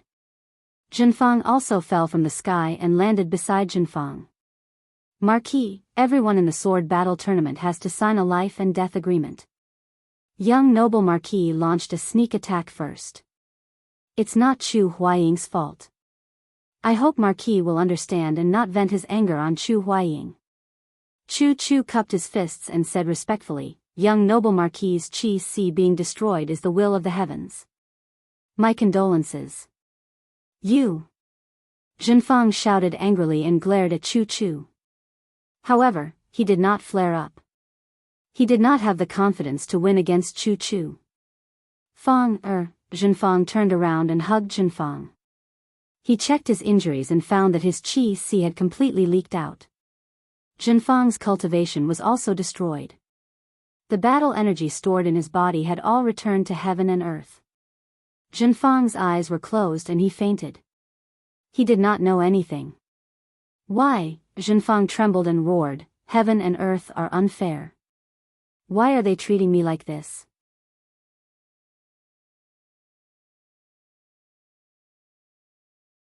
Chapter 197. Brother Chu, shall we go down? Lin Miu walked up the stage and held on to Chu Huai's arm as she walked down the stage shakily. Chu Huai was in a daze. Although he won, it was a Pyrrhic victory. His physical injuries were nothing compared to his mental injuries. He had accidentally destroyed Jinfang's Qi Si. Since then, he had formed a deep hatred with the divine Marquis residents. His relationship with Jinxiang seemed even more impossible.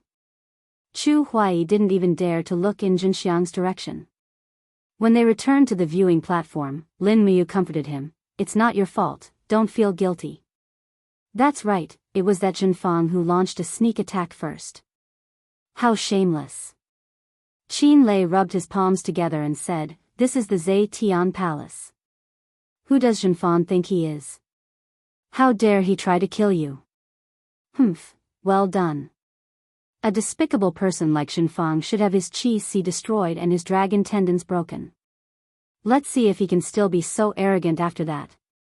Feng Jixing actually understood Chu Huai the best. He sighed and said, Brother Chu, there's no need to despair. There's always a way out. Maybe there'll be a day when you'll see the light. I hope so. Chu Huai's face was pale as he sat there dejectedly. At this moment, the Emperor Qin Jin personally walked down the viewing platform and comforted him. Jinxing, don't be too sad. Chu Huai accidentally injured Jinfang. It's not his fault. I will order the people from the spiritual medicine division to search for famous doctors and elixirs. They will definitely be able to heal Jinfang's Qi Si. Jinfang's expression was sorrowful. He cupped his fists and said, Thank you, Your Majesty, for your mercy. I thank you on behalf of my son.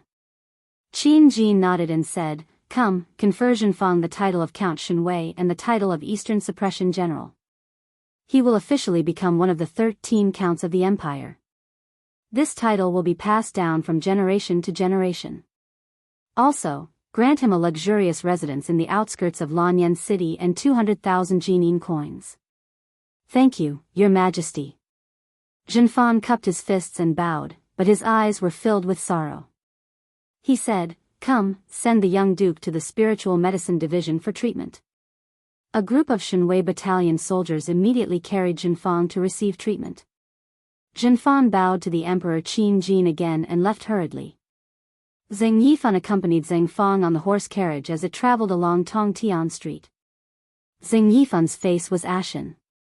Beside him, the 1,000-man commander of the Divine Might Battalion, Sikong Nan, was galloping madly on his horse. He had a look of resentment on his face as he said, Chu Huaiqiang took the opportunity to destroy the young noble Sea of Qi. He did it on purpose. Damn it, the emperor bestowed the young noble with so many titles, mansions, and coins, but he didn't give the young noble any military power. Marquis, how can the divine Marquis residents tolerate such humiliation? Then what do you want? Jin Yifan's eyes shone brightly as he said, Speak. Why don't we Sikong Nan cupped his fists and said, "Why don't we immediately gather the Divine Might Battalion and send a letter to the commanders of the Tian Shu Province, Sangnan Province, and Earth Star Province, asking them to lead their troops and attack the imperial capital. The military strength of the commanders is almost 200,000, but the imperial capital only has 30,000 imperial guards. Even with the addition of the royal guards and the patrolling troops, there are no more than 50,000 people.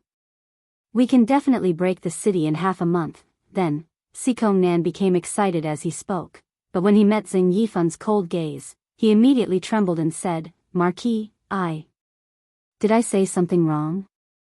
Xing Yifun said angrily, "Sikong Nan, remember this. I, Xing Yifun, was conferred the title of Divine Marquis by the current emperor, Qin Jin. I, Xing Yifun, will forever be the Divine Marquis of the Qin Empire. Whoever wants to replace His Majesty will have to step over my dead body. From now on, if I hear you say such disgraceful words again, don't blame me for escorting you into the imperial city and handing you over to Xiang Yu of the military police battalion." "Marquis, Sikong Nan shuddered and said, "I won't dare to do it again." "Humph." Xing Yifun lowered his head and looked at Xing Fang, who was frowning, then looked up at the sky thoughtfully. He sighed, as if he had aged a lot in just a short while. On the viewing platform, the sword duel competition continued until noon. Finally, the final 12 winners were decided, and the final champion would be decided among these 12 people. The next competition would be held in the afternoon, and the emperor would personally entertain the 12 winners at Zetian Palace.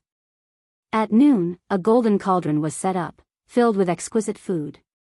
Many of the food was presented by the other 11 provinces as tributes, such as fresh fruits from Lingnan, bear paws from Lingdong Province, wild cloud deer meat from Tong Tian Province, swans from Yunzhong Province, and 7-core begonia from Qihai City. When the musicians rang the chimes, they also announced the start of the banquet. There were groups of palace maids, and the courtiers were respectfully kneeling at the side, waiting for their orders. Even the pouring of wine was done by someone else. Lin Muyu sat in the middle of Feng Jixing and Chu Huayin, very quiet. He was not very used to this kind of occasion, because the scene in front of him was proof of a saying, "The bell rings and the cauldron eats." The life of the emperor's family was really too luxurious.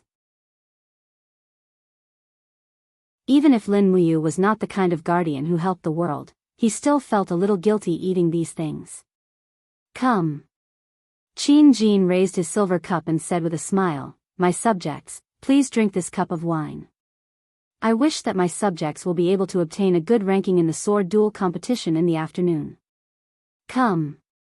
The emperor downed his cup in one gulp. Lin Muyu and the others did not dare to be negligent, and they all drank their cups one by one. "Xiao Yin." Qin Jin looked at his precious daughter and signaled with his eyes. Qin Yin immediately stood up and raised her cup of wine. She smiled and said, "Xiao Yin once again offers a toast to all of you. I wish that you all will obtain a good result." She was the future successor of the empire, and the 12 people present were all outstanding talents that the empire would have to rely on in the future. This was also the biggest reason why Qin Jin asked his daughter to offer a toast. In reality, Qin Jin was using this opportunity to groom his daughter into an important courtier in the future, and he had put in a lot of effort. After that, Qin Yin offered a toast to everyone. Everyone was overwhelmed by the favor, but when Qin Yin came in front of Lin Muyu, she smiled mischievously and said, "Brother Yu, don't drink so much." Lin Muyu looked at her flushed face in annoyance and said, "You're the one who should drink less. Look at you, you're already a little drunk." Qin Yin giggled, and her bright red face was like the sunset glow. She was indescribably beautiful. She smiled and said, "I'm fine, but you can't get drunk. Otherwise, you'll lose the sword duel tournament in the afternoon. Don't worry, I'll give it my all." Lin Muyu smiled slightly. "Yeah, Xiao Yin wishes that brother Yu takes first place in advance." Qin Yin refilled her cup again and said with a smile, "Come, brother Yu, why don't you accompany Xiao Yin for another drink?" "Yeah." Lin Muyu drank another cup. This action, however, caused Yuan Lian and the other disciples of the aristocratic families to be resentful and unhappy. Qin Yin offered a toast to everyone, but she only drank one more cup with Lin Muyu. She even sat on the ground and chatted happily with him. This kind of affection made them extremely jealous, but they had nothing to say. After all, everyone knew that Lin Muyu was the emperor's godson. It was only natural for him to be so intimate with Qin Yin. In the afternoon, Qin Yin was already tipsy. Her little face was flushed as she sat on the viewing platform. She looked at the practice platform from afar and waited for the next round of sparring. There were only 12 people left. It could be said that all of them were fierce tigers. However, the grouping was a little strange. The 12 people were actually divided into 2 groups of 16 to determine the top 8. However, this also meant that 4 people would have no fights. Very quickly, the grouping was decided. Lin Muyu, Chu Huayin, and Feng Jixing were all lucky to have no fights. Feng Jixing was so happy that he didn't have to fight and directly advanced to the top 8. Lin Muyu was also very happy. It was best that they didn't have to fight. They could conserve their strength. The consumption of battle qi in the morning was already very serious. Their next opponents were all experts, so they had to give it their all. The 4 matches ended very quickly. The 2 brothers, Qin Lei and Qin Yan, won smoothly. In addition, Yuan Lian, Lin Changqing, and Murong Zhou also advanced to the top 8. At this point, there were only 8 names left on the gilded wooden board of the sword contest tournament. They were Feng Jixing, Chu Huayin, Qin Lei, Qin Yan, Lin Muyu, Yuan Lian, Lin Changqing, and Murong Zhou. Lin Changqing and Murong Zhou were all generals of the empire's provinces. They had fought hard in the army when they were young. After so many years, their cultivation had improved, so they also qualified to participate in the sword contest tournament. Very quickly, the eunuch quickly listed the matchups of the top 8, Feng Jixing vs Lin Changqing, Yuan Lian vs Qin Lei, Lin Muyu vs Qin Yan, Murong Zhou vs Chu Huayin. I actually met big brother Lin Muyu. Qin Yan revealed a dispirited expression and said, "How can I be his match? Sigh, I thought that I could meet Lin Changqing or Yuan Lian. At least I could get into the top 4. Qin Lei smiled and said, "Ah Yan, it's already not easy for you to enter the top 8. After all, you are only 18 years old. Everyone here is older than you. Think about it, if you were to cultivate for another 7 to 8 years, who among us would still be your match?" Qin Yan, on the other hand, was delighted. Big brother is right. This kid really didn't know how to be humble at all. The first match, Feng Jixing vs Lin Changqing. Both of them were experts who used the saber.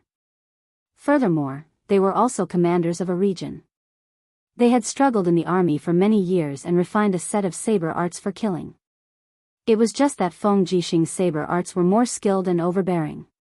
Furthermore, his own cultivation also surpassed Lin Changqing's. Hence, after several dozen rounds, Lin Changqing abandoned his saber and admitted defeat. The second match, Yuan Lian vs Qin Lei. The son of the country protecting General Yuan Xia faced off against the eldest son of Prince Yuning. But the disparity in strength between the two was too great. In less than 10 rounds, Yuan Lian sustained injuries and was defeated. The might of Qin Lei's 7-layered god-binding shackles was too tyrannical. Yuan Lian practically adopted defensive tactics from the start of the battle, but he continued to defend until the end of his defeat. The third match, Lin Muyu vs Qin Yan. Even though they were opponents, the relationship between the two was pretty good. Lin Muyu wielded the dragon spirit sword, while Qin Yan wielded the fire serpent spear. The two of them stepped onto the high platform side by side, immediately causing a wave of cheers. Due to Lin Muyu's identity as the emperor's adopted son, he seemed to have already nurtured quite a number of female fans. On the viewing platform, there were at least a dozen or so noble girls waving their delicate arms and shouting, "Lord Lin Muyu, do your best." Pa, Tang Xiaoxi's teacup landed heavily on the table. Her face was unhappy, and her beautiful eyes carried disdain as she said, "Humph, so what if these girls know Mu? To actually cheer for Mu like this. So infuriating, Qin Yin giggled. Xiao Shi is so petty, Tang Xiaoxi pouted her small mouth, but was unwilling to admit that she was petty. Her twin peaks rose and fell angrily as she said, Xiao Yin is also bullying me. Don't tell me you're happy that those girls are cheering for Mu. Qin Yin's beautiful eyes were like water. She shook her head and said with a smile, no, I'll be very happy if they cheer for Big Brother Yu. But after I ascend the throne, I'll cut the salary of their fathers by 30%. Tang Xiaoxi's face was full of respect. As expected of Xiao Yin.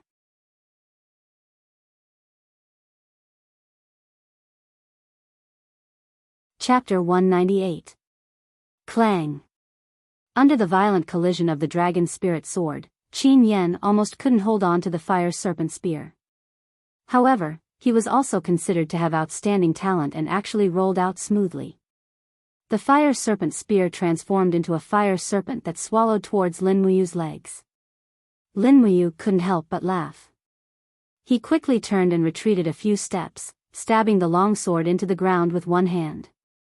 With a loud shout, he summoned the wall of the bottle gourd.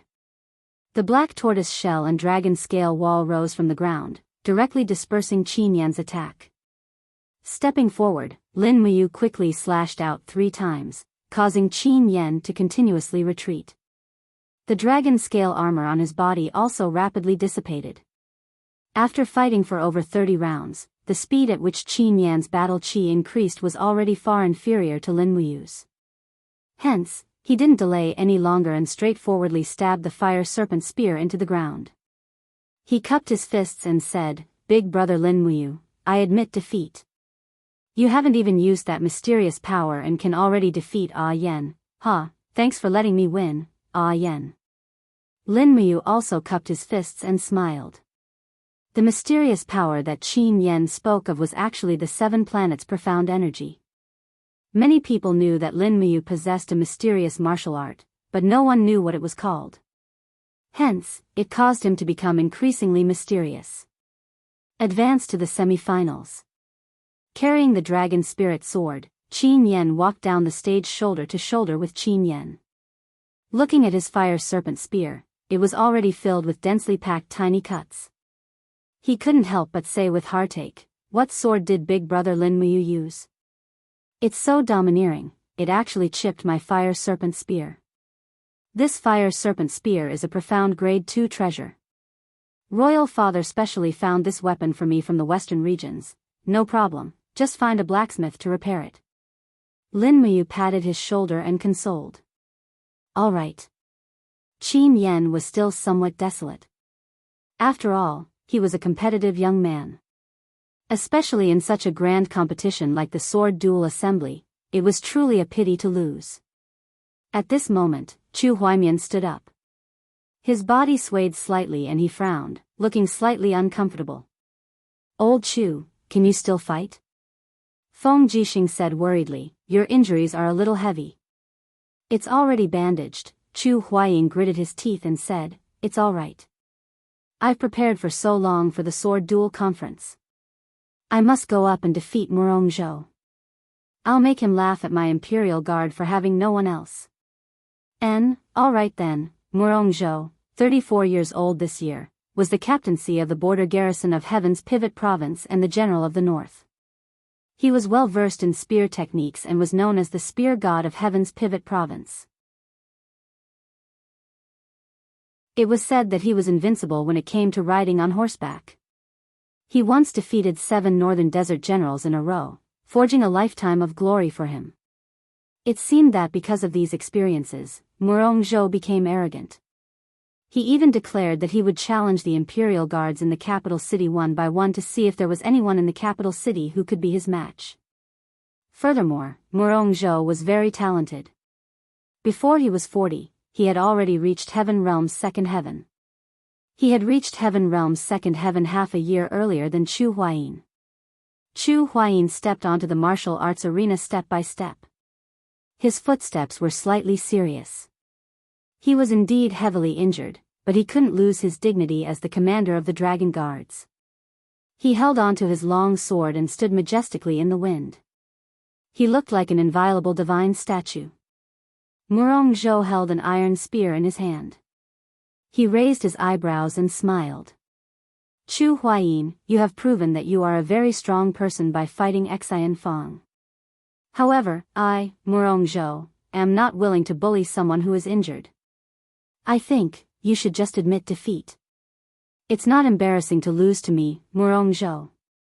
Otherwise, after you're injured, your skills will be greatly reduced. Do you think you can defeat me? Chu Huayin's smile was very bright. The premise of an unfair victory is to be able to win.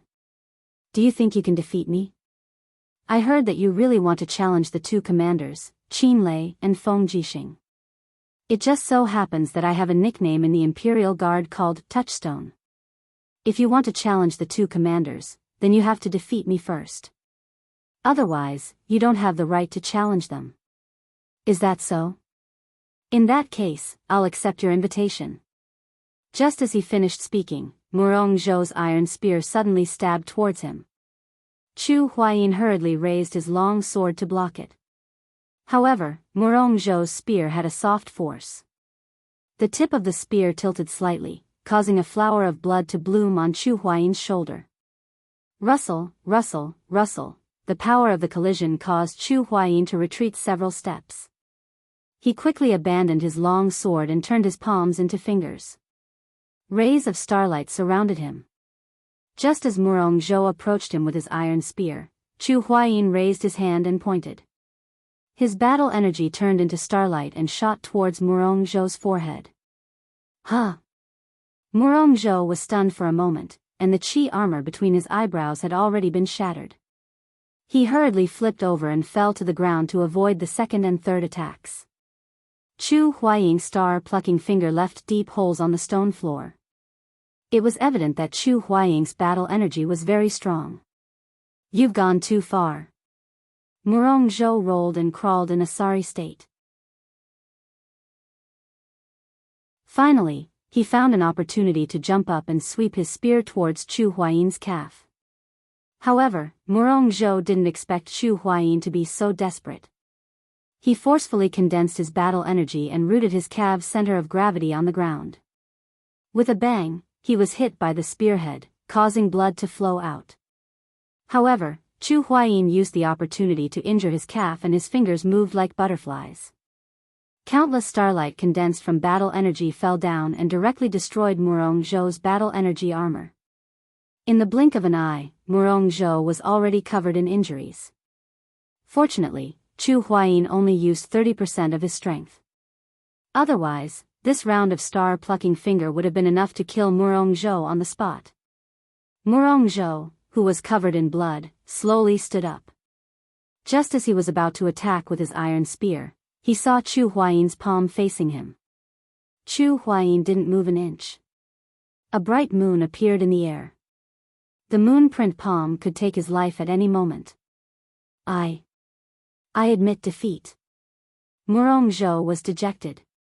If he didn't admit defeat, he would have to pay with his life. Chu Huayin was already determined to get into the top 4. Lin Muyu and Feng Jixing hurried forward and helped the injured Chu Huayin off the stage. Chu Huayin felt a wave of nausea and dizziness. When he looked into the distance, he realized that Jinxiang's seat was already empty. He couldn't help but feel lonely. Old Chu, you idiot. Do you want to die? Feng Jixing said in a low voice. Chu Huayin smiled and said, His Majesty promised that the top 4 of the sword duel tournament would receive the title of a second-class noble. Our Chu clan is a commoner.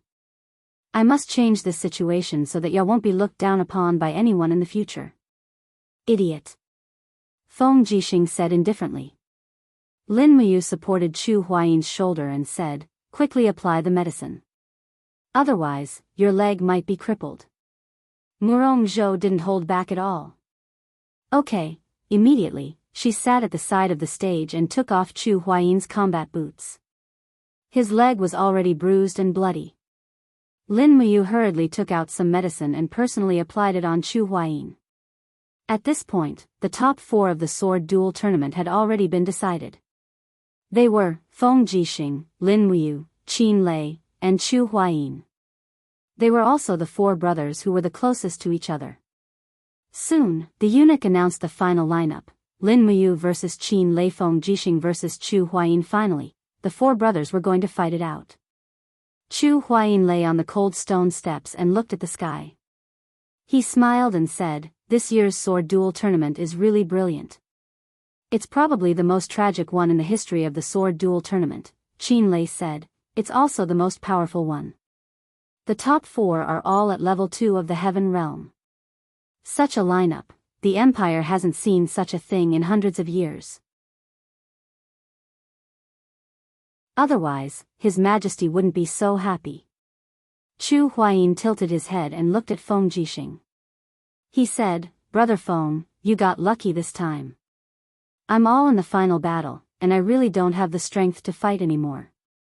Feng Jixing said happily, "Doesn't this mean that I, Feng, have directly advanced to the competition for first place?"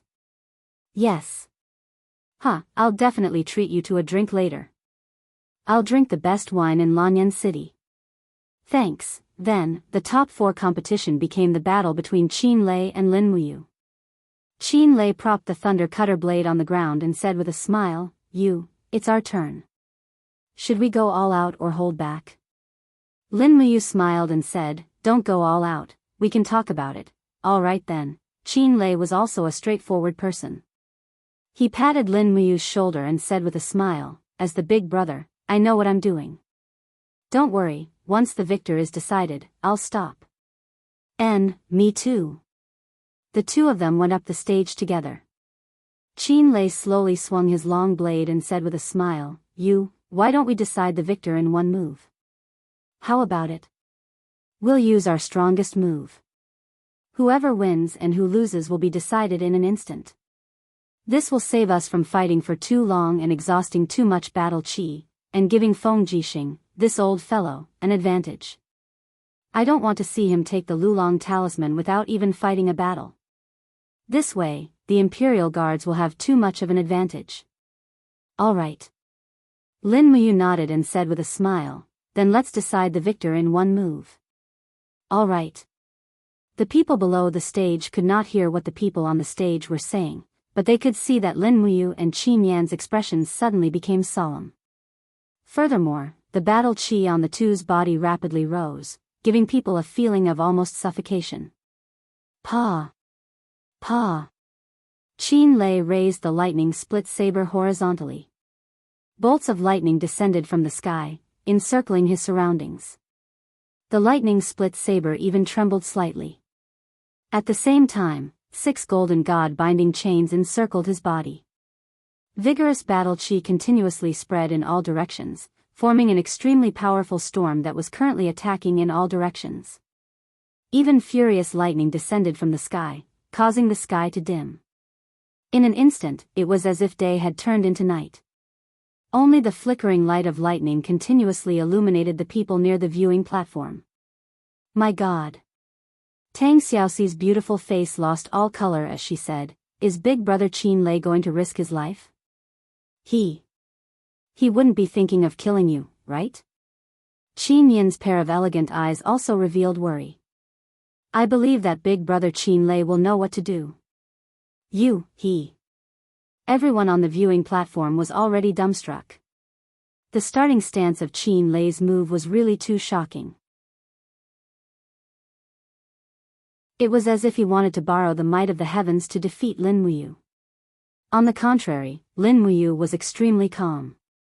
The golden gourd in her hand slowly rotated, and in the blink of an eye, it became bigger, enveloping her entire body. The dragon spirit sword was unsheathed, and with a shout, a golden light soared into the sky, directly piercing through the dark clouds that Qin Lei had condensed. A ray of heavenly light landed on Lin Muyu's body. The long sword left her hand, and the dragon spirit sword rapidly rotated, bringing with it streams of true dragon essence fire. Not only that, Lin Muyu even opened her left hand. Streams of blood-colored demonic energy danced wildly in her palm, quickly seeping into the blade. This strike carried the profound energy of the 2 glorious demonic dance. Lin Muyu didn't dare to use the 4th glorious dance, because there was no need. If the second glorious dance couldn't defeat Qin Lei, then it could only mean that she wasn't fated to obtain the Gilded Dragon Talisman.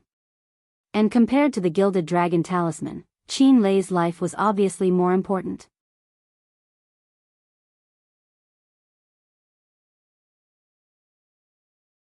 Chapter 199. Compared to Qin Lei's lightning that wreaked havoc, Lin Muyu's aura was clearly much gentler. The golden gourd represented the power of life, giving people a sense of peace. However, the demonic power that spread on the blade allowed people to feel the hidden tyranny and forcefulness of Lin Muyu's attack. The two of them were risking their lives right from the start. This made people look forward to the final result even more. On the viewing platform, the noble ladies were sipping tea as they discussed spiritedly, "Wow, Sir Qin Lei is indeed worthy of being the commander of the Imperial Army. This kind of aura is too frightening. I'm afraid that Sir Lin Muyu is going to lose." "No, Sir Lin Muyu will not lose." "Why?" "Because Sir Lin Muyu looks much better than Sir Qin Lei." "Pfft, shameless. Stupid girl, haven't you been staring at Sir Lin Muyu, Chu Huaying, and Feng Jixing?" "Humph, I haven't." "Then why did you see Sir Lin Muyu's appearance just now?" Her breathing was hurried, her face was flushed, and she kept pulling at her clothes at the front of her chest. "Ah, I'm going to kill you to silence you, stupid girl." On the practice platform, the hard stone slabs were actually peeling off and rising due to the collision of power. It was as if they were going against the law of gravity. Bits of stone and dust were constantly flying up due to the collision of power between Lin Muyu and Qin Lei. However, it was in line with the physical phenomenon of the airflow rotating due to thermal expansion and contraction.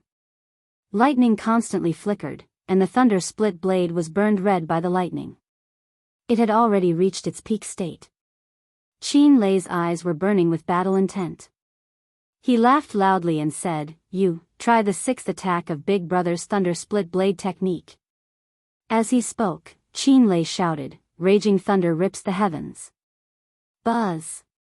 The thunder cutter blades seemed to have already transformed into countless streaks of lightning. The one in front of them was definitely not a single thunder cutter blade. Qin Lei's overwhelming attack had actually blasted out tens of thousands of thunder cutter blades. A cold glint flashed across Lin Muyu's eyes. She abruptly clasped her palms together and gathered all the fighting energy in her body. The Dragon Serpent Sword's soul let out an angry roar and circled around the blade of the Dragon Soul Sword. The Dragon Serpent Sword's soul charged towards the Thunder Splitter Sword with a high-speed spiral of flames. Boom! The two divine weapons collided together, and the sounds of energy explosions rang out incessantly. The Dragon Spirit Sword spun and charged forward, directly shattering the energy of the first lightning split blade. Following that, the second, the third, and so on, it kept on charging forward. Meanwhile, Lin Muyu spread out his arms from afar, with flames lingering around his palms. He controlled the Dragon Spirit Sword to charge forward from a distance. The strong wind blew his cloak, causing it to flutter. He narrowed his eyes, not giving in the slightest to Qin Lei's attack. "Awesome!"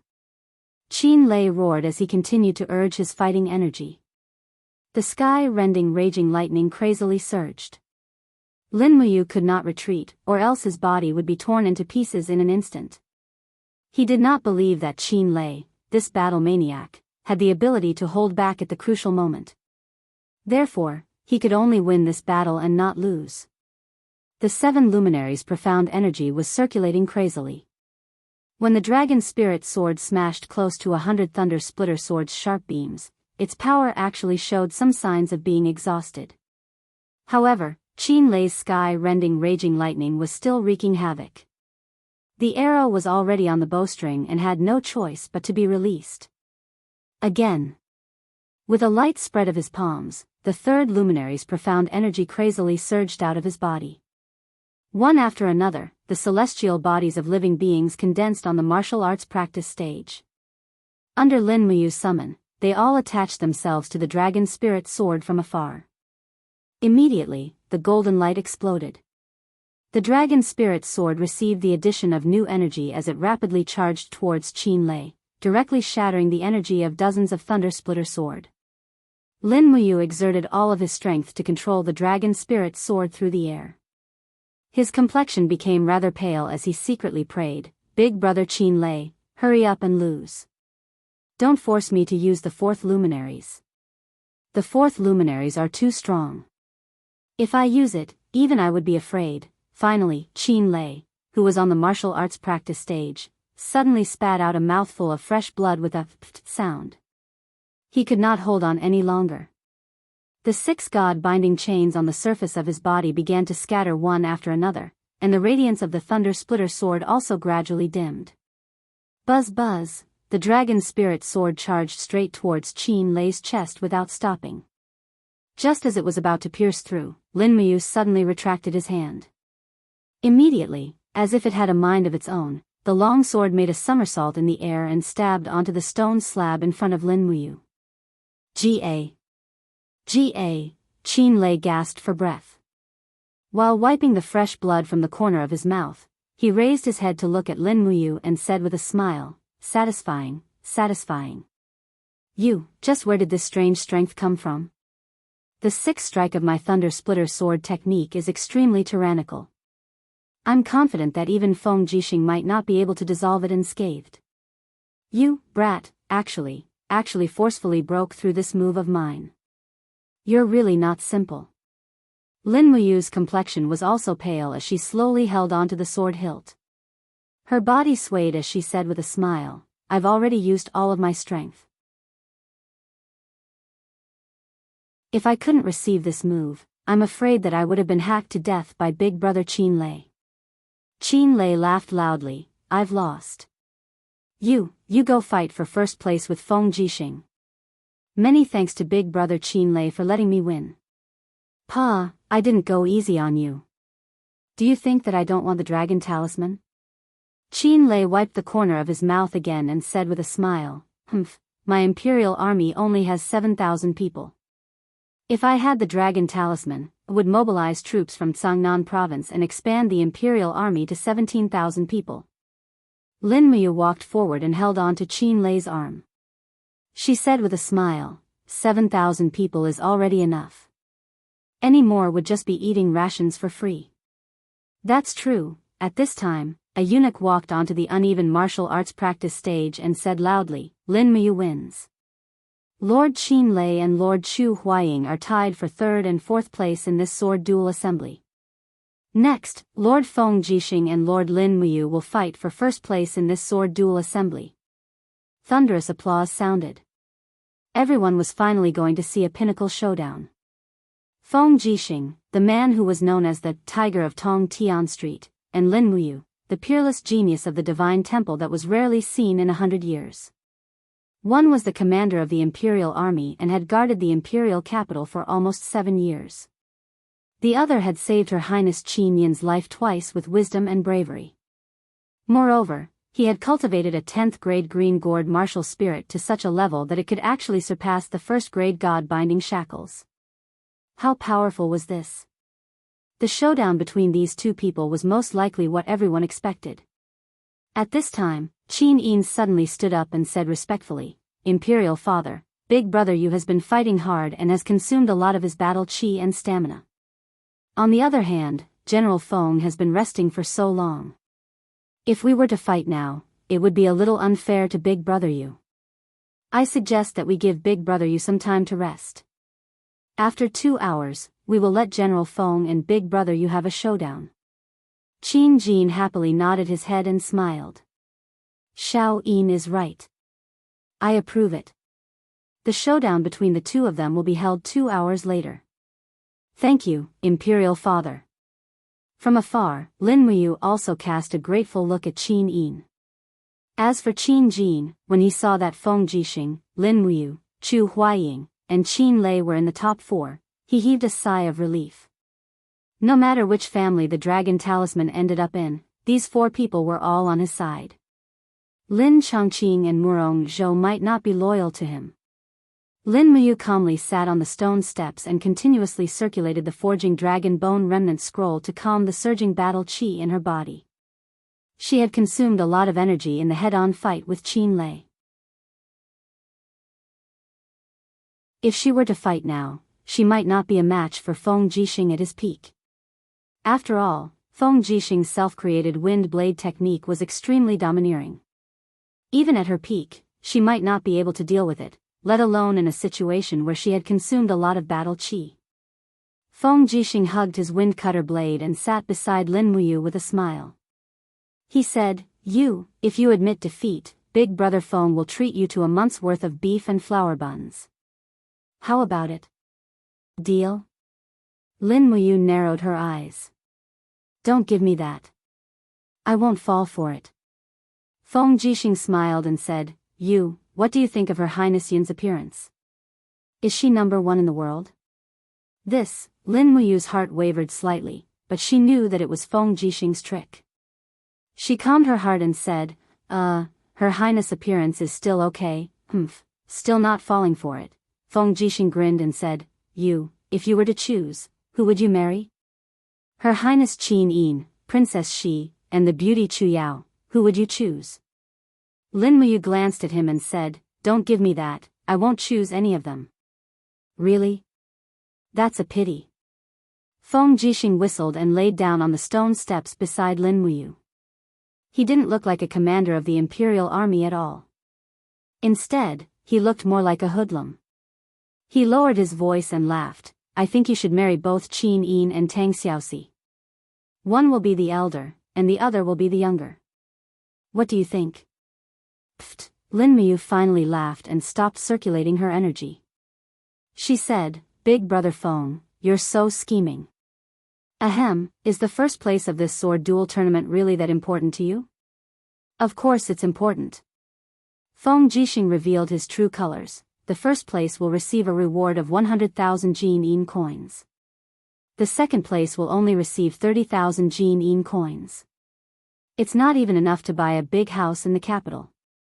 Chu Huayin, who was cultivating to heal his injuries, opened his eyes and asked, what do you want a big house for?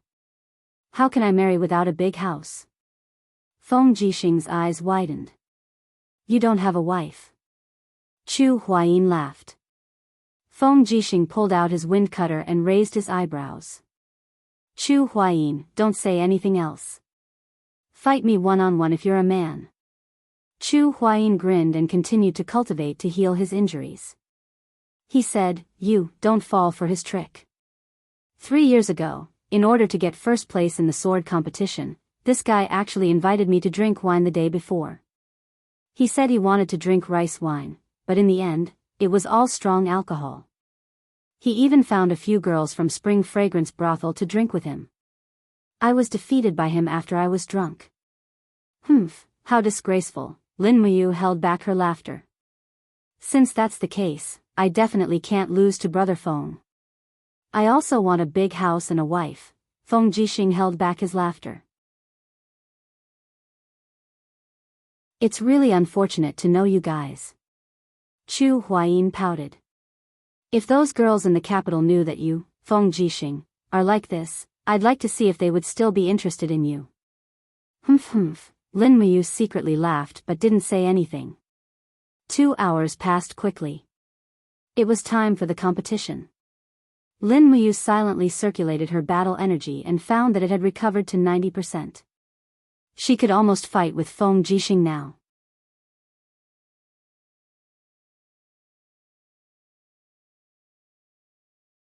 Chapter 200.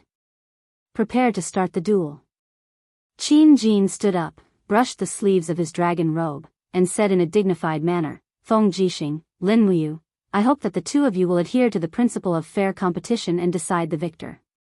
Both of you are the Empire's outstanding talents, stop when necessary, and don't hurt each other, understand? Feng Jixing and Lin Muyu stood on the martial arts practice stage, and gave a military salute to the Emperor at the same time, saying in a deep voice, this general understands. Actually, they understood in their hearts that all of them were martial cultivators, and every single one of them had a heart that was unwilling to admit defeat. Since they were standing on the final martial arts practice stage, then they would surely go all out to determine the victor. Feng Jixing needed this victory in the sword duel tournament to prove his strength as the commander of the imperial army. Lin Muyu also needed a big victory like this to prove her worth in this world, so no one would go easy on her, but they definitely wouldn't fight with their lives on the line like Qin Lei. Lin Muyu and Feng Jixing were both intelligent people, and they respected each other like brothers, so naturally they wouldn't have any killing intent during the duel. Clang! The dragon spirit sword was unsheathed, and the sword's cry was incessant. The dragon serpent sword spirit, which was close to a true dragon, coiled around the long sword, and this was the symbol of a sacred beast's soul lattice.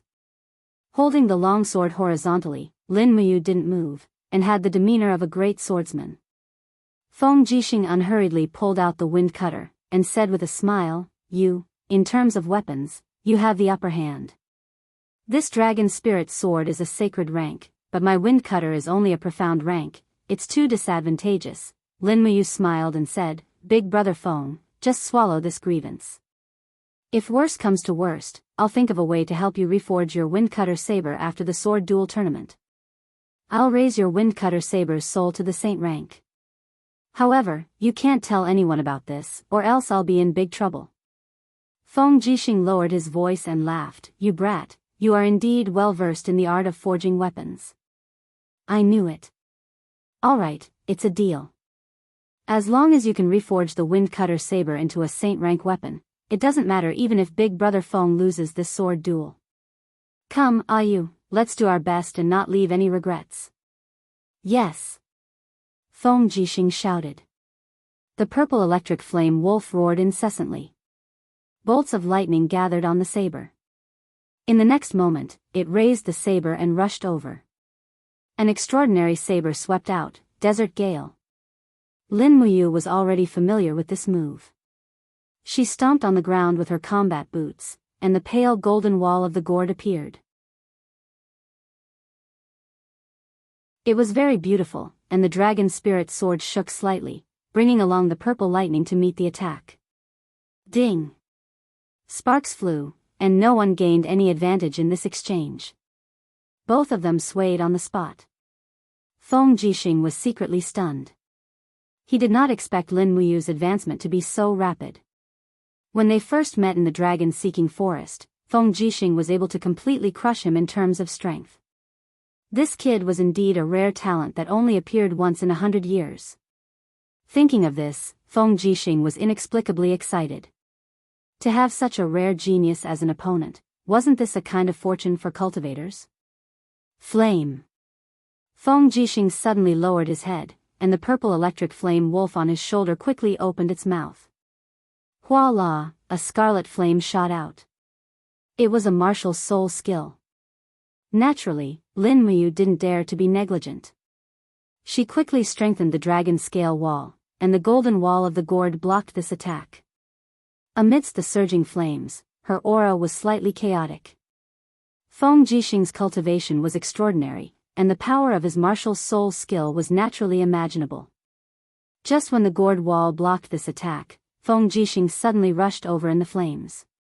Scarlet hot sand lingered around his saber, and a fierce horizontal slash landed on the wall of the gourd. Hot sand gold. Dang, the gourd wall quickly collapsed by half. This attack of Feng Jixing was really powerful, but Lin Muyu was not inferior. His body spun, and he quickly used the falling star step to catch up with Feng Jixing. The dragon spirit sword whistled, and 3 consecutive slashes slashed at Feng Jixing's back. Good boy, Feng Jixing's heart shook.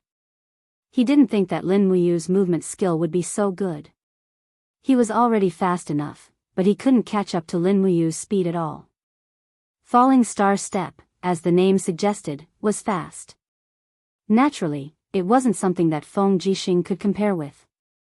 Slashing the wind cutter horizontally, dang dang dang, blocked 3 consecutive slashes from Lin Muyu, but at this moment, Lin Muyu's hand pressed on the hilt of the sword. A bunch of gourd vines quickly rose from the blade, and quickly wrapped around the wind cutter saber. Taking advantage of the momentum, the vines lifted the wind cutter saber up. What? Feng Jixing was stunned. Just when the saber was about to fly out of his hand, he saw Lin Muyu suddenly raise his right leg, and a stream of true dragon elemental fire lingered around his leg, and he brazenly kicked. Feng Jixing was not a person who was afraid of trouble. He immediately jumped up with the saber, and his knee hit Lin Muyu's combat boots. Peng, the cyclone flowed back. Feng Jixing took advantage of the situation, and cleverly grabbed the wind cutter saber and twisted it with all his strength. Suddenly, the gourd vines scattered, and in this way, Lin Muyu's determined attack was actually perfectly resolved. Lin Muyu secretly admired Feng Jixing's ability to adapt in a battle. At this moment, Feng Jixing clenched the saber, and his body was covered with wind blades. He directly swung the violent saber storm, the third style of the wind-walking saber technique. Rustle, rustle, rustle, the sky was filled with wind blades, and Lin Muyu hurriedly retreated a few steps. She summoned the wall of the gourd again and adopted a defensive strategy. At the same time, she closed her eyes and released her spirit meridian technique. She locked onto Feng Jixing's position, and raised her hand to launch a demonic sound fist. Bam! The demonic sound fist smashed into Feng Jixing's battle armor, but the violent saber storm continued to wreak havoc, violently crashing into the wall of the gourd. Lin Muyu's battle chi was constantly being consumed, and she was beginning to feel that her battle chi was about to run out. What was even worse was that Feng Jixing's figure appeared in the midst of the raging winds. Purple lightning lingered around his wind cutter saber, and the sky darkened. It was as if all the light in the sky had been absorbed by the purple electric flame wolf. Feng Jixing leaped high into the air and suddenly slashed down with his violent thunder saber. I have to block it. Lin Muyu abruptly injected a powerful burst of 7 luminaries' profound energy into her arms. She gripped her sword with both hands and leaped into the air. One celestial body after another appeared around her, and her sword contained the power of the first luminaries as it met the violent thunder saber head-on. Bam! Almost no one could be seen on the drill ground anymore. Everyone could only see the whistling sound of battle chi colliding with each other. The collision directly formed a violent shockwave that swept across the entire observation platform, and many people had already covered their eyes. Buzz buzz, Qin Yin stood in front of her father, and golden god-binding chains slowly appeared around her to block the storm and the rubble. Tang Xiaoxi also summoned her fire fox to block the storm with the power of fire. Chu Chu narrowed his eyes, and he remained calm and collected. The light of a fire cauldron appeared around him, and the storm and rubble naturally couldn't harm him in the slightest. Tang Xiaoxi stuck out her tongue and said with a smile, Commander Feng Jixing and Mumu, these two fellows are simply like two monsters. They're a little too ridiculously strong, right? Chu Chu smiled. Just as Princess, she said, Feng Jixing and Lin Muyu are both rare geniuses that only appear once in 1,000 years. As long as they have enough time, their strength will be unfathomable. Qin Jin narrowed his eyes and asked, Chu, what do you think of these two people? Me? Chu Chu stroked his white beard and smiled. If this old man may be so bold to say, the future of the empire will probably be closely related to these two people. Your Majesty, if we use these two people well, they can bring peace to our great Qin. If we don't use them well, I'm afraid that these two people will become ambitious and ruthless people in this chaotic world. Qin Jin was startled. Commander Feng Jixing can be said to be loyal and devoted to me. He won't become an ambitious and ruthless person in this chaotic world, right? Chu Chu laughed. Your Majesty, you're worrying too much. Feng Jixing and Lin Muyu are both like unpolished jade. Feng Jixing is loyal and courageous, while Lin Muyu is even more sincere. As long as your Majesty doesn't betray these two people, they will definitely not betray your Majesty. If we use these two people well, Great Qin will be able to last for another 1,000 years. Qin Jin felt relieved. He cupped his fists and said, Thank you for your teachings. Chu Chu also cupped his fists and said, Your Majesty, you're too kind. There's no need to be so polite. Otherwise, this old man will tremble in fear and not dare to speak again. Qin Jin smiled faintly. Elder Chu, you're being too polite. How about this? If Elder Chu doesn't mind, you can stay in Zai Tian Palace for a long time. I'll make you the princess's grand tutor, and you'll be in charge of teaching little Yin's cultivation, virtue, and ability. Chu Chu was stunned. Your Majesty, this, Qin Yin hurriedly said with a smile, Chu, you've taught Xiao Shi and you before. Why can't you teach Xiao Yin as well? Then. All right then, Chu Chu said respectfully, then this old man will do as you say. Thank you, Chu. Qin Yin was overjoyed. Her beautiful face was filled with excitement. In reality, no one knew what she was thinking. Once she acknowledged Chu Chu as her master, it would mean that she and Lin Muyu were not only sworn siblings, they would also be fellow disciples. It seemed like their relationship had deepened to another level. At this time, the battle on the training platform had reached its climax. Feng Jixing activated his power, and the purple electric flame wolf's head constellation appeared on his saber. Raging flames surged as he unleashed a secret technique called Howling Wolf Saber Fire. Lin Muyu had also raised her power to the second element, and she unleashed a combination of Thunderclap Frenzy plus 2 Luminaries Demonic Dance. Clang! The Windcutter saber trembled violently, and the Dragon Spirit sword also trembled slightly.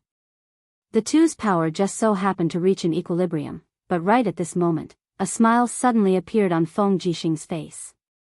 You've lost? Ah.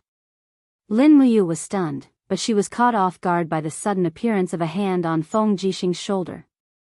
No, it wasn't a hand, but the purple electric flame wolf's sharp claws. It was a giant claw filled with lightning and flames, and it was the purple electric flame wolf's martial soul's skill, Fiery Palm Pounce. Bang! The fiery palm pounce landed heavily on Lin Muyu's shoulder, shattering her Do Chi armor. At the same time, the force of the blow sent her flying. The two had already collided in midair, and now Lin Muyu was sent flying by the force of the blow. She was already flying out of the edge of the training platform, and according to the rules, landing outside of the training platform would be considered a loss. What a good Feng Jixing, to have such a move up his sleeves. This competition was indeed full of schemes.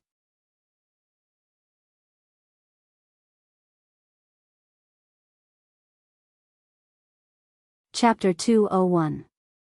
But just as Feng Jixing was rejoicing, Lin Muyu, who was in the air, suddenly opened her hand, and her martial soul extended out several gourd vines that quickly wrapped around one of the pillars of the martial arts stage. With a so sound, she pulled it back, and her whole body once again rushed up the martial arts stage. Pa! Lin Muyu stood firmly on her feet and smiled. Big brother Feng, don't be too happy just yet. Good lad, again. Feng Jixing laughed and suddenly raised his saber. A terrifying celestial demon constellation appeared behind him. It was the seventh form of the wind saber art, sky-devouring demonic saber. It was this move that defeated the successor of the Seven Seas Tang sect, Tang Bin. Now, Feng Jixing was using the same move. Lin Muyu let out a shout, and the power of the third element surged into her arms. The dragon spirit sword spun rapidly, and she used her peak combat technique to meet Feng Jixing's fierce move, 3 Luminaries Calamity plus True Dragon Essence Fire plus Helix Break. Wang! Lin Muyu controlled the flaming longsword and rushed toward Feng Jixing's sky-devouring demonic saber. But this time, she only dared to use about 40% of the third element's power because she was afraid of injuring Feng Jixing. Of course, Lin Muyu didn't know that Feng Jixing didn't use his full strength either. He only used 50% of the sky-devouring demonic saber's power. Hong! The demonic saber covered in flames descended from the sky and clashed directly with Lin Muyu's longsword. The moment they clashed, they were actually equally matched. The two weapons were glued together, their battle chis restricting each other. It was a stalemate. At this moment, Lin Muyu opened her palm and said, Big brother Feng, look here, Feng Jixing looked over. Whoosh! A dazzling ray of dawn bloomed in Lin Muyu's palm. It was the light of a small golden gourd. It was the green gourd's 7th level ability, Light of Dawn. My eyes. You brat. Feng Jixing hastily covered his eyes. This battle was full of schemes, and this time, it was Lin Muyu who schemed against Feng Jixing. However, just when Lin Muyu was secretly pleased with herself, Feng Jixing suddenly kicked his legs in the air, and 3 consecutive powerful kicks landed on the wall of the gourd. Everyone knew that Feng Jixing's saber technique was invincible, but no one knew that Feng Jixing's leg technique was also so fierce. Immediately, the power of the third brilliance and the heaven-devouring demonic blade exploded in the air. With the addition of the power from Feng Jixing's kick, the two of them quickly separated and landed on both sides of the training platform. While in the air, Lin Muyu wanted to summon the gourd vine, but she couldn't. The wall of the gourd was destroyed by Feng Jixing's unreasonable kick, and she couldn't summon any strength from her martial soul. Her battle boots landed on the ground, and she slid more than 10 meters away before she came to a stop. Lin Muyu raised her hand and grabbed the dragon spirit sword that was chasing after her. With a shocked expression, she said, "I lost just like that?" On the other side of the training platform, Feng Jixing also flipped in the air and landed on the ground. He stood firmly, rubbed his eyes, and looked up at the training platform. He said, "Tui, this brat Yu is too crafty." My eyes. The scene was very quiet, and everyone who was watching the battle was also stunned. This was because Lin Muyu and Feng Jixing both landed on the ground at almost the same time, and no one could determine who won the finals of the sword duel tournament. The eunuch who announced the results stood there dumbfounded. In the end, he turned around and asked for help. "Your Majesty, the two of them landed on the ground at almost the same time. There's no way to determine the outcome. What should we do?" Chu Chu laughed heartily. "Lin Muyu, Feng Jixing, come onto the stage and listen to His Majesty's announcement of the results." Qin Jin had a gratified expression on his face. He stood up and stroked his beard. He laughed heartily at Feng Jixing and Lin Muyu who were standing on the stage. "This competition has really broadened my horizons. The strength of Feng Jixing and Lin Muyu has already been witnessed by everyone. With this result, the two of them are the champions of the sword duel tournament. As for the rewards, the dragon talisman and 200,000 Jin coins, the two of you can choose yourselves." Feng Jixing was stunned. He wanted the dragon talisman, but he also wanted the Jin coins. For a moment, he was stuck in a dilemma. In the end, Lin Muyu was more straightforward. He didn't lack money, but he lacked an army. Thus, he cupped his fists and said, "Your Majesty, I choose the dragon talisman. I'll give the 200,000 Jin coins to Big Brother Feng." Feng Jixing nodded in tacit agreement. Qin Jin laughed heartily and said, "All right, I hereby announce that the champions of this sword duel tournament are Lin Muyu and Feng Jixing. The third and fourth places are Chu Huaying and Qin Lei. The rest of the contestants will also be rewarded accordingly. The final winner of the dragon talisman is Lin Muyu. Come forward to receive your reward." Lin Muyu and Feng Jixing walked forward together. Qin Jin personally handed out the reward. A dragon-shaped golden dragon talisman was placed in an extremely exquisite box. Qin Jin lifted it up and carefully placed it in Lin Muyu's hands. He reminded her, You must use the dragon talisman carefully. Once you mobilize the army, it means that you are controlling it as the Empire's general. You must not kill indiscriminately or defy the Empire's laws. Do you understand?" Lin Muyu accepted the dragon talisman and nodded heavily.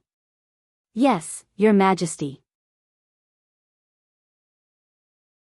Qin Jin then took out a 200,000 gold note and handed it to Feng Jixing. He said, "General Feng, as the commander of the Imperial Guards, you are responsible for the long-term stability of the Imperial capital. I hope that you will continue to give your all for the Empire in the future." Feng Jixing nodded with a determined look in his eyes. "Your Majesty, this general understands." At this moment, Qin Yin pulled Tang Xiaoxi forward and stopped in front of Lin Muyu. She grinned and said, "Congratulations, Big Brother Yu. You actually managed to obtain the dragon talisman." Tang Xiaoxi giggled. "I told you, Mu is as strong as a monster now. Obtaining the dragon talisman is as easy as pie." Lin Muyu blushed. "It's not as easy as you make it out to be.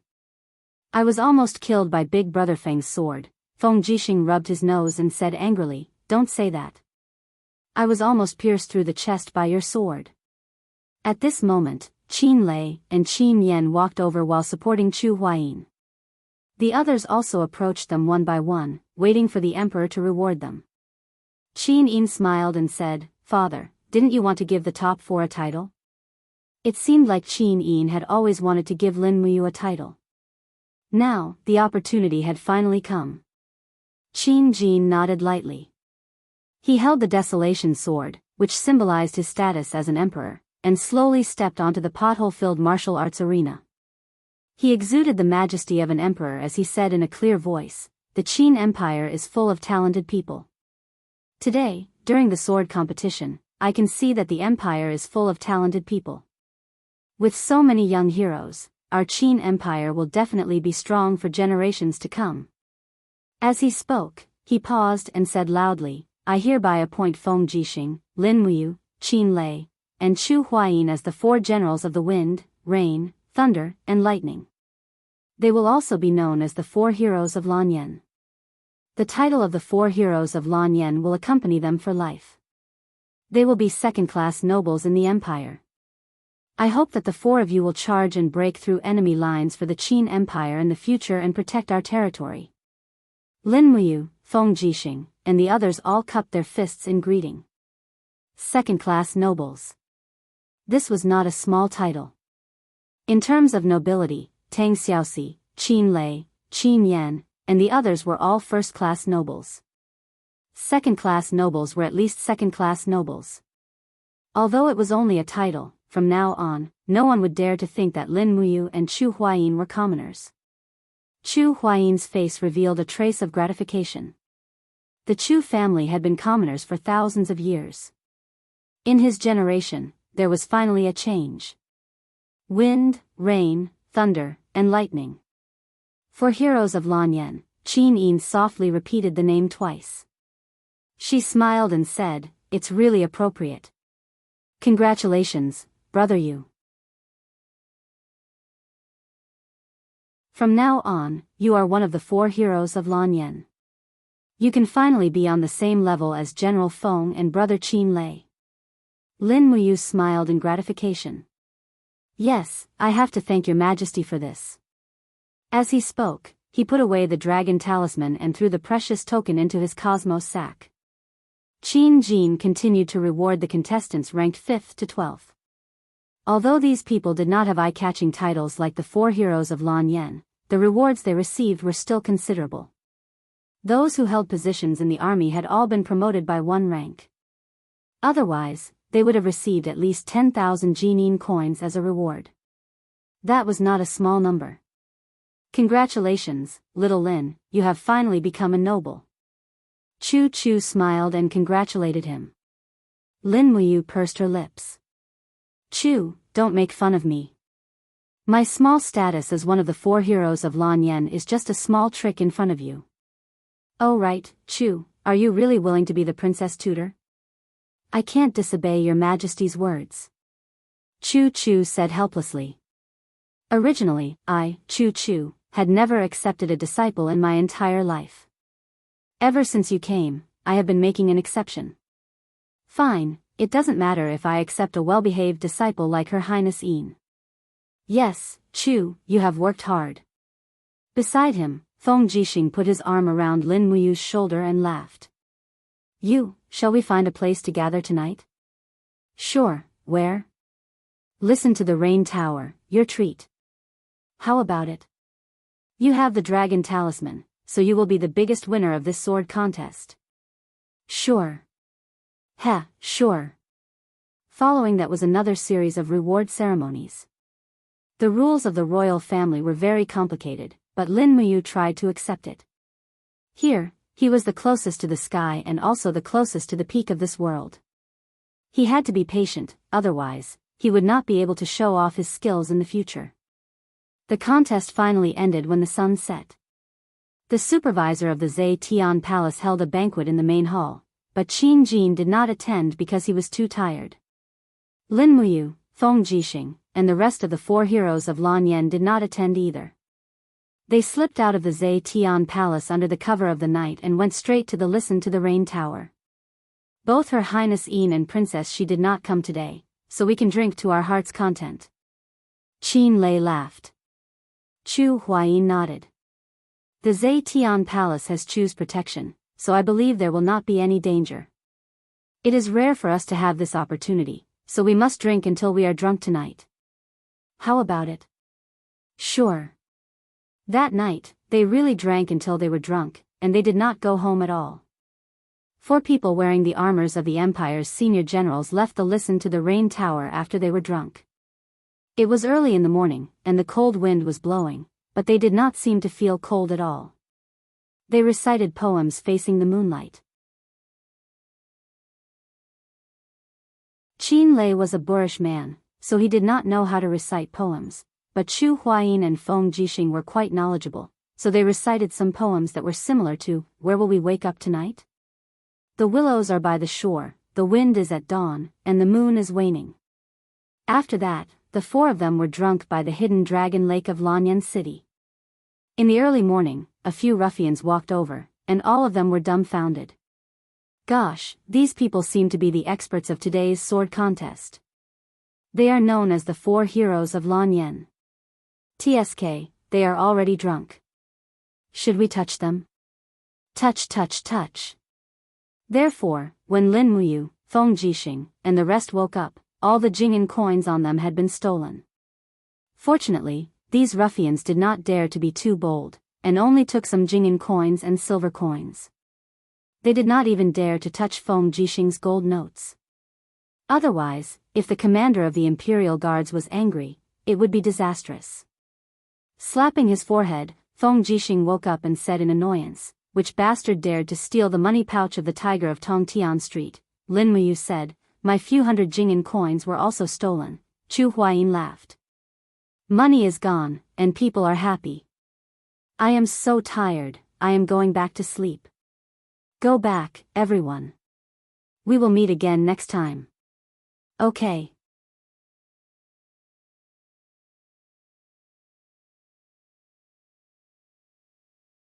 Chapter 202. Back at the Eagle Nest camp, Lin Muyu continued to sleep until noon. Suddenly, she rode up the mountain and said respectfully, Commander Lin, Princess She is seeing off her cousin, Tang Bin, at the north gate of Lanyan City. She asked if you would like to have a meal at the bun shop outside the city. Got it. I'll be right there. Yes. She got up. The feeling of being drunk was really uncomfortable. When she washed up, she used the spiritual pulse technique to drive away some of the tiredness. Then, she put on her armor and rode down the mountain. Outside the north gate of Lanyan City, Tang Xiaoxi stood there holding her pony. Beside her was Tang Bin and dozens of guards who seemed to be waiting for Lin Muyu.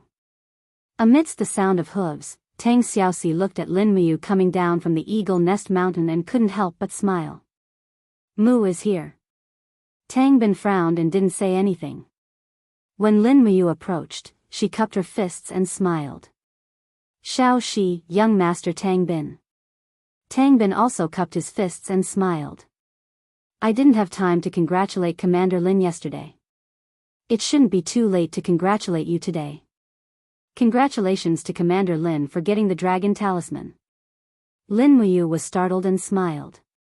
Thank you, young master Tang Bin. Mu, I'm going to send my cousin 10 miles out of the city. Will you accompany me? There's a famous bun shop 10 miles north of Lanyan City. We'll have lunch there, Tang Xiaoxi said with a smile. Okay. Everyone got on their horses. Tang Bin seemed a little unhappy. Perhaps he was already unhappy when he saw Tang Xiaoxi being so intimate with Lin Muyu. 10 miles out of the city, there was indeed a bun shop in the distance. Almost all the traveling merchants would stop here to eat a steaming basket of beef buns in the cold winter. Tang Xiaoxi acted as the host and pulled Lin Muyu over. Then, Tang Bin sat opposite them, looking very serious. Brother, why are you so serious? Who bullied you? Tang Xiaoxi asked with a smile. Tang Bin couldn't help smiling. No one can bully your brother. I'm just relieved to see that you are so happy in Lanyan City, Xiaoxi. Is that so? No matter how I look at it, it doesn't look like he's at ease. Ha, Xiaoxi, you think too much. Tang Bin looked up at Lin Muyu's handsome appearance and couldn't help but frown. He asked, Xiaoxi, when did you meet Commander Lin? Oh, it was back in Kathia City. What's wrong, brother? It's nothing. The buns are here. Eat them while they're hot. Eat more. Look at you, you've lost weight. Hee hee, don't girls look better when they're thinner? You still have to be healthy. Come on, eat more. Lin Muyu could sense Tang Bin's hostility towards her, so she didn't say anything else. She just kept eating. After eating 2 baskets of buns, she felt inexplicably satisfied. Cultivators usually ate a lot.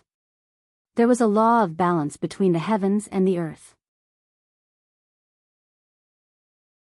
The strength of cultivators came from their ability to absorb the spiritual energy of the world and convert their physical strength into fighting qi, true qi, and so on. Thus, the stronger Lin Muyu was, the more food she would need. It wasn't like the legend said that experts didn't need to eat at all. On the contrary, the stronger one was, the better their appetite would be. Commander Lin, Tang Bin looked at Lin Muyu again. He seemed to want to say something, but stopped himself. What is it, young Master Tang Bin? Lin Muyu smiled slightly. If you have something to say, just say it. Tang Bin nodded. There are a total of 3 Tang sect medallions in this world. One is with grandfather, one is with me, and one is with Xiaoxi. However, Xiaoxi's medallion seems to have already been given to you. That. Xiaoxi is not very sensible and doesn't know how precious the Tang sect medallion is. Thus, I, Tang Bin, can only overstep my authority. I hope that Commander Lin can return that Tang sect medallion. Oh.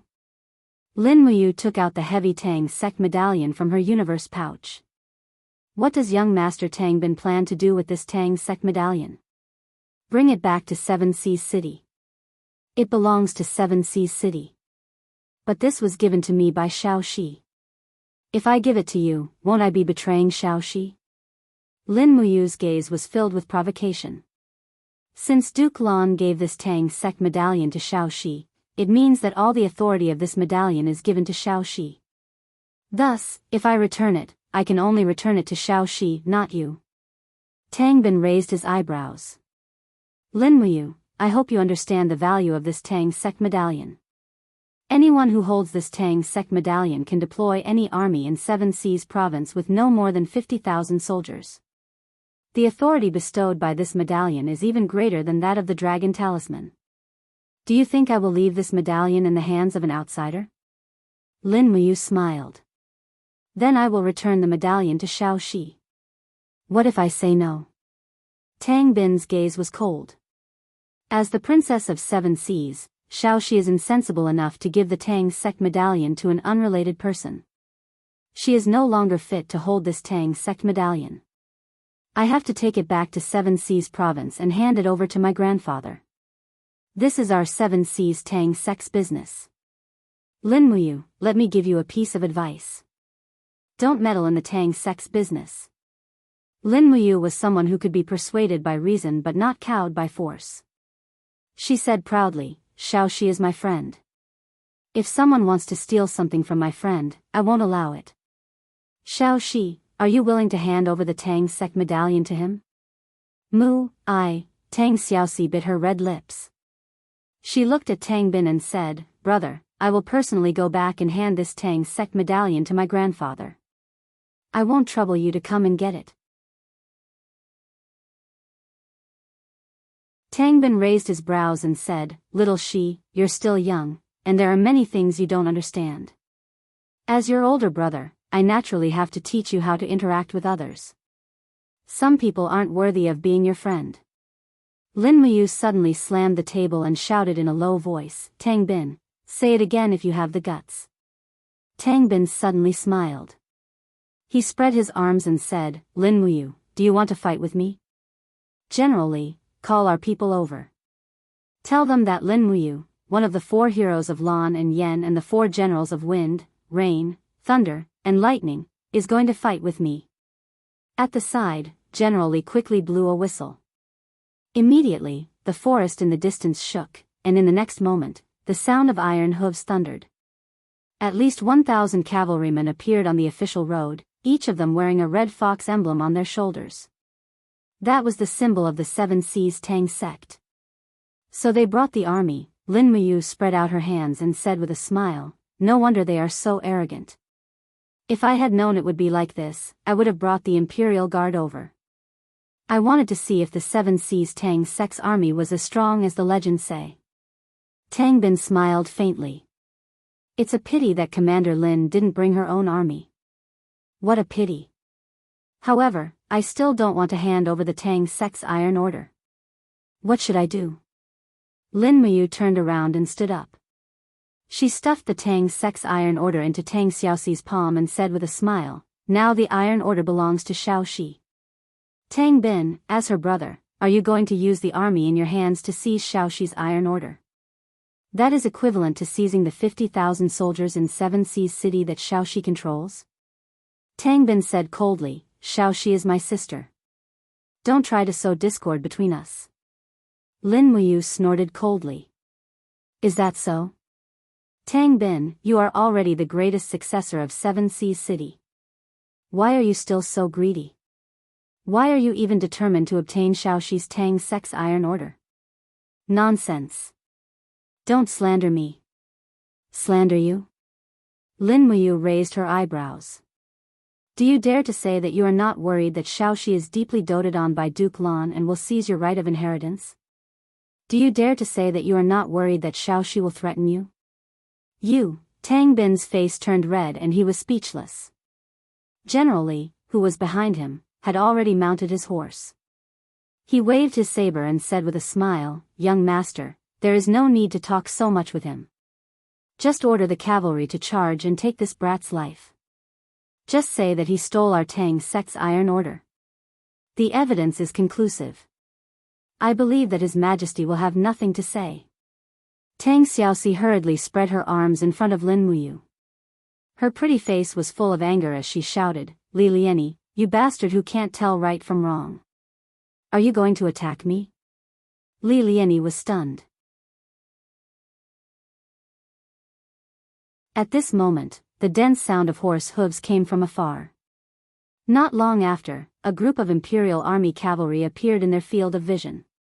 The leading general pulled out his sword from afar and shouted in a low voice, "An unknown army has entered the territory of Lanyan City. Brothers, prepare for battle." It was none other than one of the Kiliarchs of the Imperial Army and the former Gold Star instructor of the Holy Temple, Zhang Wei. 1,000 Imperial Army soldiers arrived aggressively. Lin Muyu spread his arms and said with a smile, "Lord Zhang Wei, don't be in a hurry to charge. This is just a misunderstanding." He was overjoyed. Zhang Wei had come just in time. It was as if he had come out of nowhere. Zhang Wei naturally knew the pros and cons. He raised his thick eyebrows and dismounted. "Oh, it's young Master Tang Bin. I was wondering who it was." However, young Master Tang Bin, all frontier vassals need to report to the army before they enter the capital. We, the Imperial Army, did not receive any report from the 1007 Seas City Cavalry led by young Master Tang Bin. Young Master, is there some misunderstanding? Tang Bin clenched his teeth and cupped his fists. Lord Zhang Wei, it is indeed a misunderstanding. These 1000 cavalry were just sent by Seven Seas City to protect me. I did not have the time to report to the Imperial Army. Please forgive me, Lord Zhang Wei. Zhang Wei's lips curled up. Oh, so it really is a misunderstanding. Old Zhang, thought that young master wanted to make a move on Lady Lin Muyu. Lady Lin Muyu is one of the newly conferred 4 heroes of Lan Yen. Whoever dares to make a move on her is a provocation to His Majesty's imperial authority. Since it's not the case, that's great. Young master, please leave. I still have a mission to patrol the city. Old Zhang, please forgive me for not sending you off. Tang Bin nodded. Alright, We will meet again in the future. Have a safe trip, I won't send you off. Although Tang Bin was unwilling, he did not have the slightest chance this time. The 1,000 Imperial Army soldiers led by Zhang Wei were all elite cavalry. They might not lose to his 1,007 Seas City cavalry. Moreover, there was also Lin Muyu, whose strength was unfathomable. Furthermore, Tang Xiaoxi was deeply doted on by Tang Lan. If this matter were to blow up, it would not do him any good. After watching Tang Bin and the others leave, Tang Xiaoxi bit her red lips and said, "Mu, I'm really sorry this time." Lin Muyu smiled slightly. Holding her little hand, she said, "With our friendship, there is no need to say sorry. But this Tang Bin is really too overbearing. It would be terrible if the Seven Seas province were to be handed over to such a person in the future. Could it be that Xiaoxi, don't you want to take back your position as the successor of Seven Seas City?" But Tang Xiaoxi's beautiful eyes were filled with helplessness.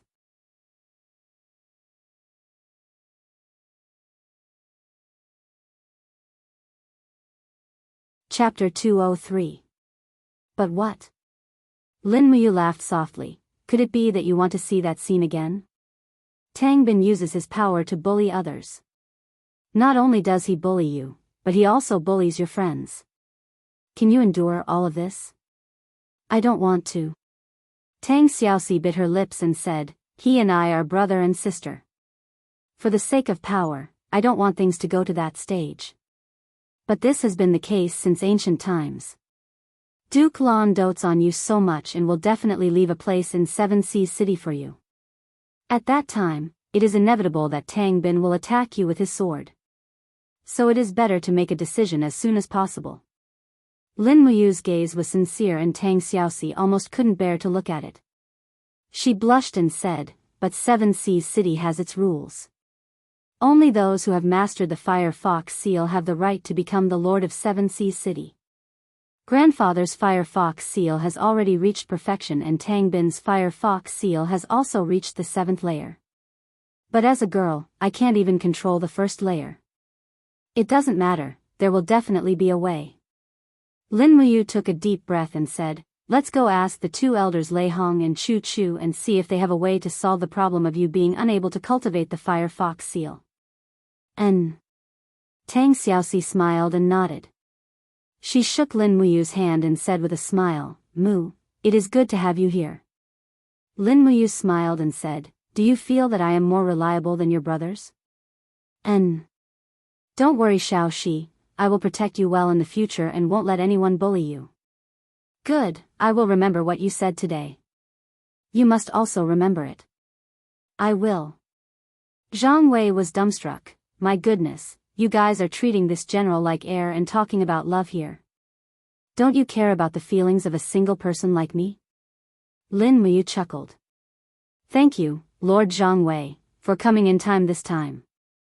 In the future, I will definitely put in a good word for you in front of Feng Jixing so that you can become captaincy as soon as possible." Thank you very much, Madam Lin Muyu. I know that you dote on me the most." Tang Xiaoxi was a bit speechless. She looked at Lin Muyu and then at Zhang Wei with worry in her eyes. She grabbed Lin Muyu's hand tightly and said, "Mu, let's hurry back to the city.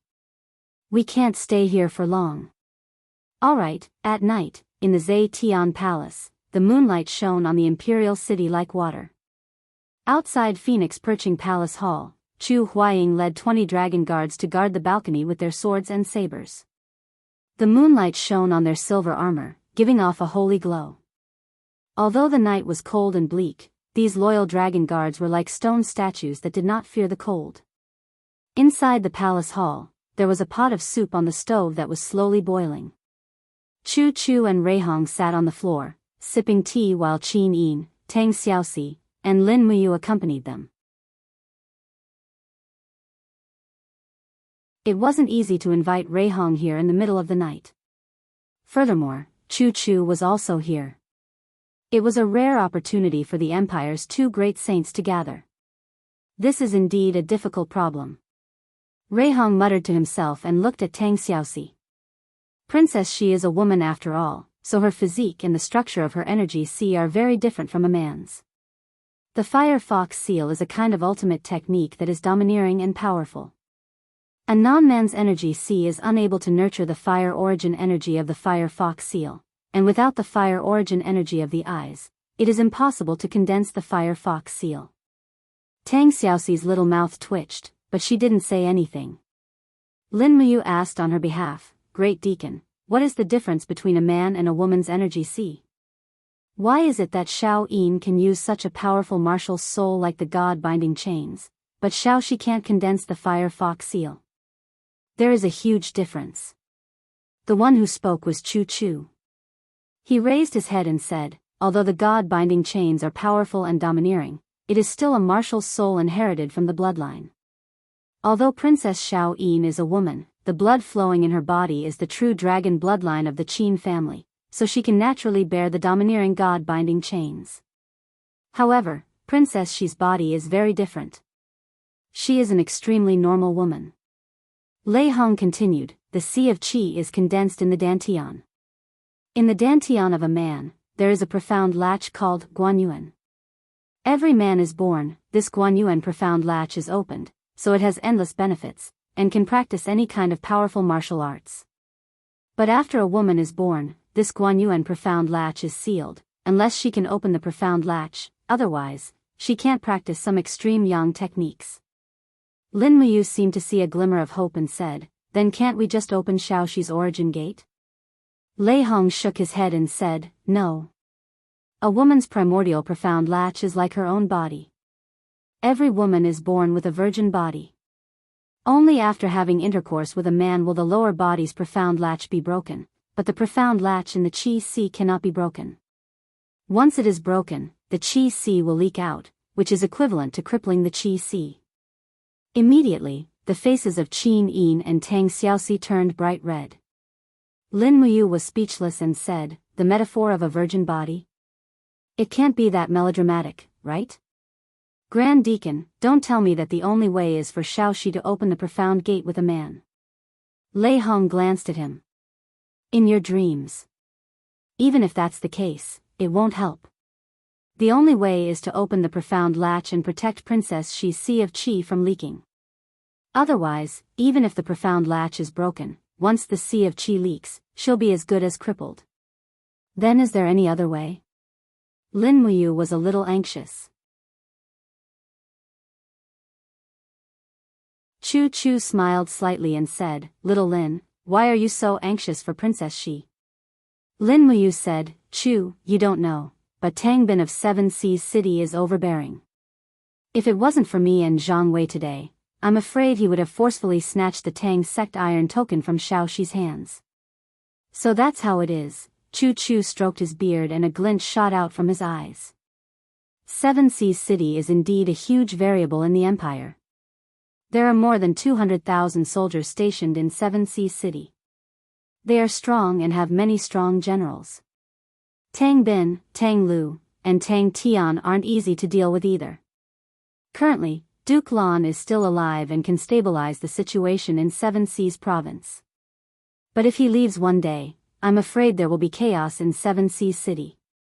As he spoke, Chu Chu looked at Lin Muyu and said, You did the right thing by helping Princess Xi seize power. This way, Her Highness will have Princess Xi's help when she ascends the throne. Otherwise, when Her Highness Xiao Yin ascends the throne, the empire will be in chaos before her wings are fully grown. Qin Yin was stunned. Father's body is still healthy. It won't happen. Chu Chu shook his head and said, Her Majesty's wind-cold physique is getting weaker by the day. Xiao Yin, why are you deceiving yourself? You're the heir to the throne, and one day, you'll be in charge of the empire. There are some things that you should plan ahead of time. Reham and I are still alive, and we're still able to contribute to your Highness's empire. However, if one day Reham and I are gone, your Highness can only rely on your peers like Yu, Feng Jixing, and Princess Xi. Qin Yin's eyes turned red. Chu. I understand. Lei Hong stroked his white beard and said with a smile, Chu, don't scare Her Highness. It's not that scary. I think that although Her Majesty's body is weak, she can at least continue to be on the throne for another 10 years. Moreover, you also saw that Her Majesty conferred the titles of Wind, Rain, Thunder, and Lightning generals yesterday. In fact, it is to help Xiao Yin cultivate her own generals. Feng Jixing, Lin Muyu, Qin Lei, and Chu Huayin have limitless futures. With the four of them, the empire of the Qin Empire will be half stabilized. Qin Yin blinked her eyes and looked at Lin Muyu. She suddenly asked, Brother Yu, you will always be by my side, right? Lin Muyu was stunned.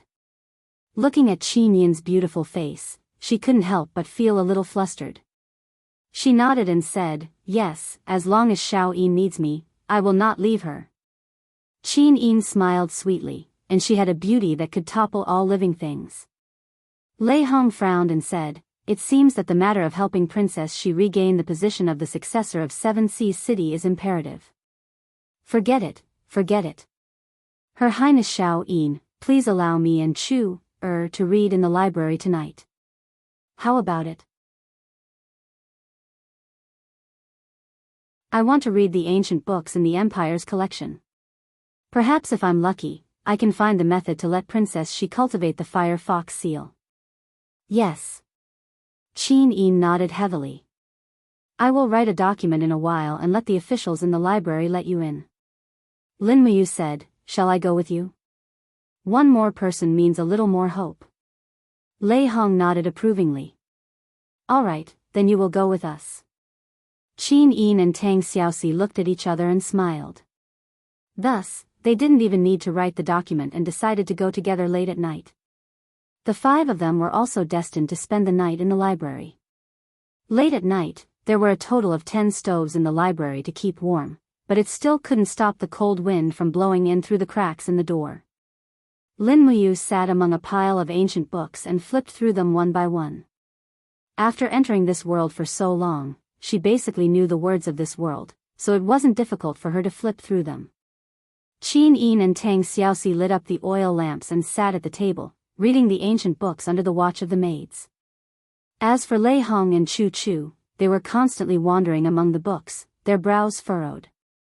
Outside the library, Chu Huaying and the other 21 dragon guards were still waiting outside.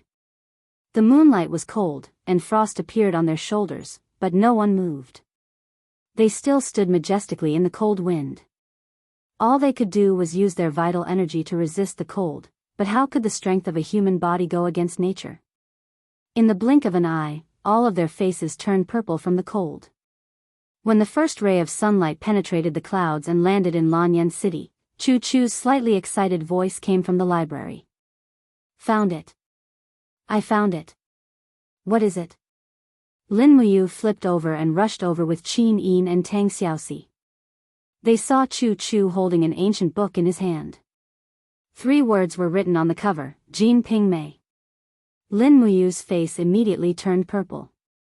Chu, did you take the wrong book? No, it's this one.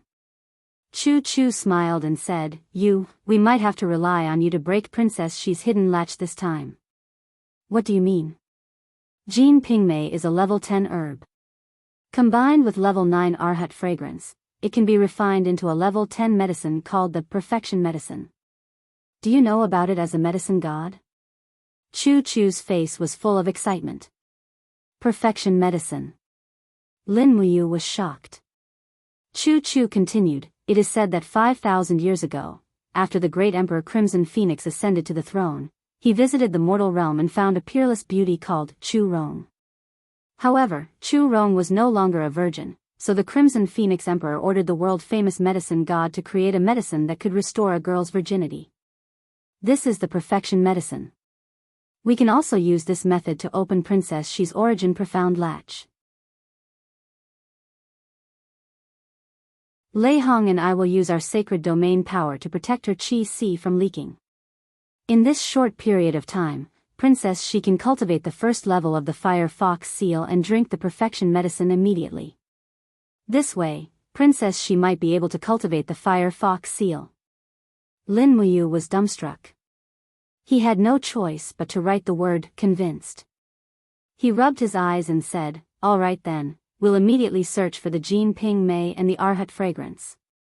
Damn, This Crimson Phoenix Emperor is also a Virgo with a severe virgin complex. People with OCD really can't afford to hurt him, alright.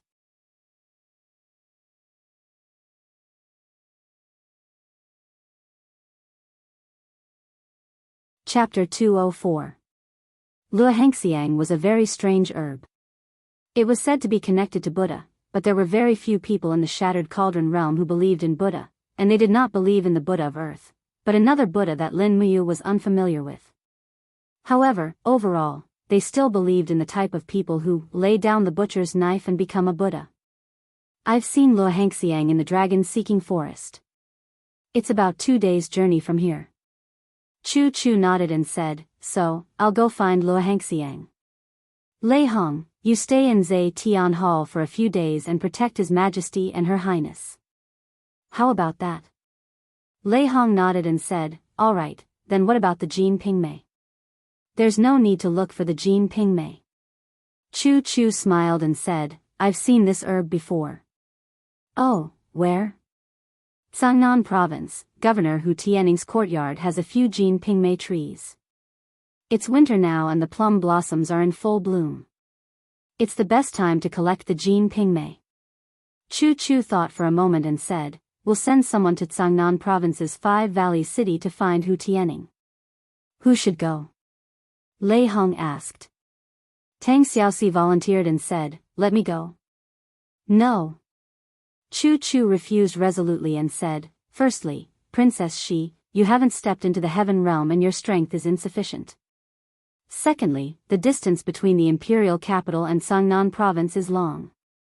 There are bandits, mercenaries, and people from the house of chivalry. If there's any mishap, our entire plan will be in vain. As he spoke, Chu Chu looked at Lin Muyu and said, you already have the strength of a heavenly king, and you're also one of the newly conferred 4 heroes of Lanyan. You also have a dragon talisman. How about this, you'll replace Princess Shi and go to Cangnan province to get the Jean Pingmei. You only need to cut a branch and refine the medicinal essence. Lin Muyu said respectfully, alright, I'll go. Qin Yin blinked her eyes, wanting to say something but hesitating. Lei Hong frowned and said, when you committed a crime in Silver Fir City, Hu Tianing once sent several thousand elites of the Flying Mount camp to pursue and kill him. Although they failed, Hu Tianing's hatred for you is clear. Moreover, Hu Tianing is Yu's uncle. I suspect that it will be very inconvenient for you to travel to Cangnan. At the very least, a single gilded dragon talisman is far from enough. What else do you want? Lin Muyu asked. Let's ask His Majesty for an imperial edict. Since it's from His Majesty, I believe it won't be a problem to ask for this plum blossom. All right. Chu Chu walked over and patted Lin Muyu's shoulder, saying, you must be careful along the way. Pick another 100 imperial guards from the Eagle Nest camp to accompany you. Helping Princess Shi to make a breakthrough is also one of the missions of the Eagle Nest camp. As a commander, you can't go to Cangnan province alone. Lin Muyu squinted her eyes and said with a smile, could it be that Hu Tianing really dares to kill me? It's best to be careful. Chu Chu slowly put down the scroll in his hand and said with a smile, Hu Tianing has been the governor of Cangnan province for many years and can be said to be a feudal lord. Although he comes to the imperial capital to have an audience with His Majesty every year, as the highest governor and military commander of a province, his arrogance is growing day by day. We must guard against him. Alright, I know. I will be careful. Alright, prepare Yu's letter. If there are any mishaps, immediately send a letter to report to us. Yes. The next morning, after a short rest, Lin Muyu set off from the Eagle Nest camp with the Emperor's imperial edict in hand. Wei Chou, Xiahou Sang and the other capable subordinates were all brought along. In total, she brought 20 imperial guards and 80 elite imperial guards, all of them were cavalry. Outside the north gate of Yanlan City, the royal flag was swaying in the distance. The royal flag was embroidered with a large Qin character. Qin Yin and Tang Xiaoxi were there, waiting to send Lin Muyu off. Urging her horse forward, Lin Muyu dismounted and cupped her fists respectfully. Xiao Yin, Xiao Shi, there is actually no need to send me off with such great fanfare. This will instead let others know. The cold wind caused Qin Yin's princess cloak to flutter. She walked forward and said with a smile, originally Xiao Shi also said the same thing, but I feel that it is better to let more people know that you are going to Cangnan province so that Hu Tianning will treat you with more respect. And there is also a bit of truth. Lin Muyu nodded in agreement. Oh right, older brother you, I still have a little gift to give you. Oh, what? Lin Muyu asked in surprise. Qin Yin smiled with dimples and signaled the maid behind her, bring it over. Yes, your highness. A maid came forward, holding a roll of white blanket embroidered with gold in her hand. It looked very expensive. Qin Yin reached out and held the blanket in front of her chest. Her pair of beautiful eyes looked at Lin Muyu without concealing her reluctance to part. She smiled slightly and said, well, this is the snow fox blanket. The golden flowers on the edge were personally embroidered by me. Older brother you, your trip to Cangnan province will take at least 3 to 5 days. The wind is cold at night. You should cover yourself with the blanket, otherwise it will be bad if you catch a cold. Lin Muyu couldn't help laughing and said, Xiao Yin is so careful, what do you think? Qin Yin showed a trace of a little girl's look, pouted and said, you also have to take proper care of your body. Although your physique may be stronger than ordinary people, it is still flesh and blood after all.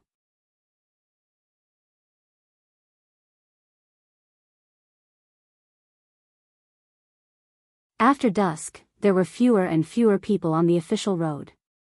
Wei Chou asked as he galloped, my lady, there is a post house 10 miles ahead. Should we rest there tonight? No need. Lin Muyu held the reins tightly and said, continue on our way. We will set up camp and rest at 9 o'clock. Yes. Time passed slowly. The sky was already filled with stars. Not long after, it would be 9 o'clock. However, they were in the middle of nowhere. Lin Muyu raised her hand and said, we will set up camp next to the forest and rest until sunrise tomorrow. We will set off immediately. Yes, my lady. The group dismounted one after another. The soldiers of the spiritual medicine department began to cook. Lin Muyu tied up the warhorse and fed it some fodder. She then carried the dragon spirit sword and patrolled around the area to check the terrain. However, it was quite barren here. There were no traces of beasts, let alone humans. This night was destined to be very peaceful. Well, peace was better than anything else. After eating, Lin Muyu leaned against a corner of the tent to rest. She was covered with the snow fox blanket that Qin Yin had given her. She immediately felt a faint warmth in her heart. Qin Yin and Tang Xiaoxi were both attentive girls. Moreover, they were so good to her. What should she do? Although Lin Muyu was not very sensitive to feelings, she was not stupid. She had to make a choice. On the side, Xiahou Sang was sleeping soundly, snoring like thunder. After some time, Wei Chou suddenly opened the curtain and walked in. His expression was solemn. He pushed Lin Muyu's shoulder and said, my lady, wake up. Is it morning? Lin Muyu asked. No. Wei Chou lowered his voice and said, our people found traces of a group of people 5 miles away. There are around 200 people and they are heading straight towards our direction. They will arrive within the time it takes for an incense stick to burn. Oh, did you see who they are? Lin Muyu sat up.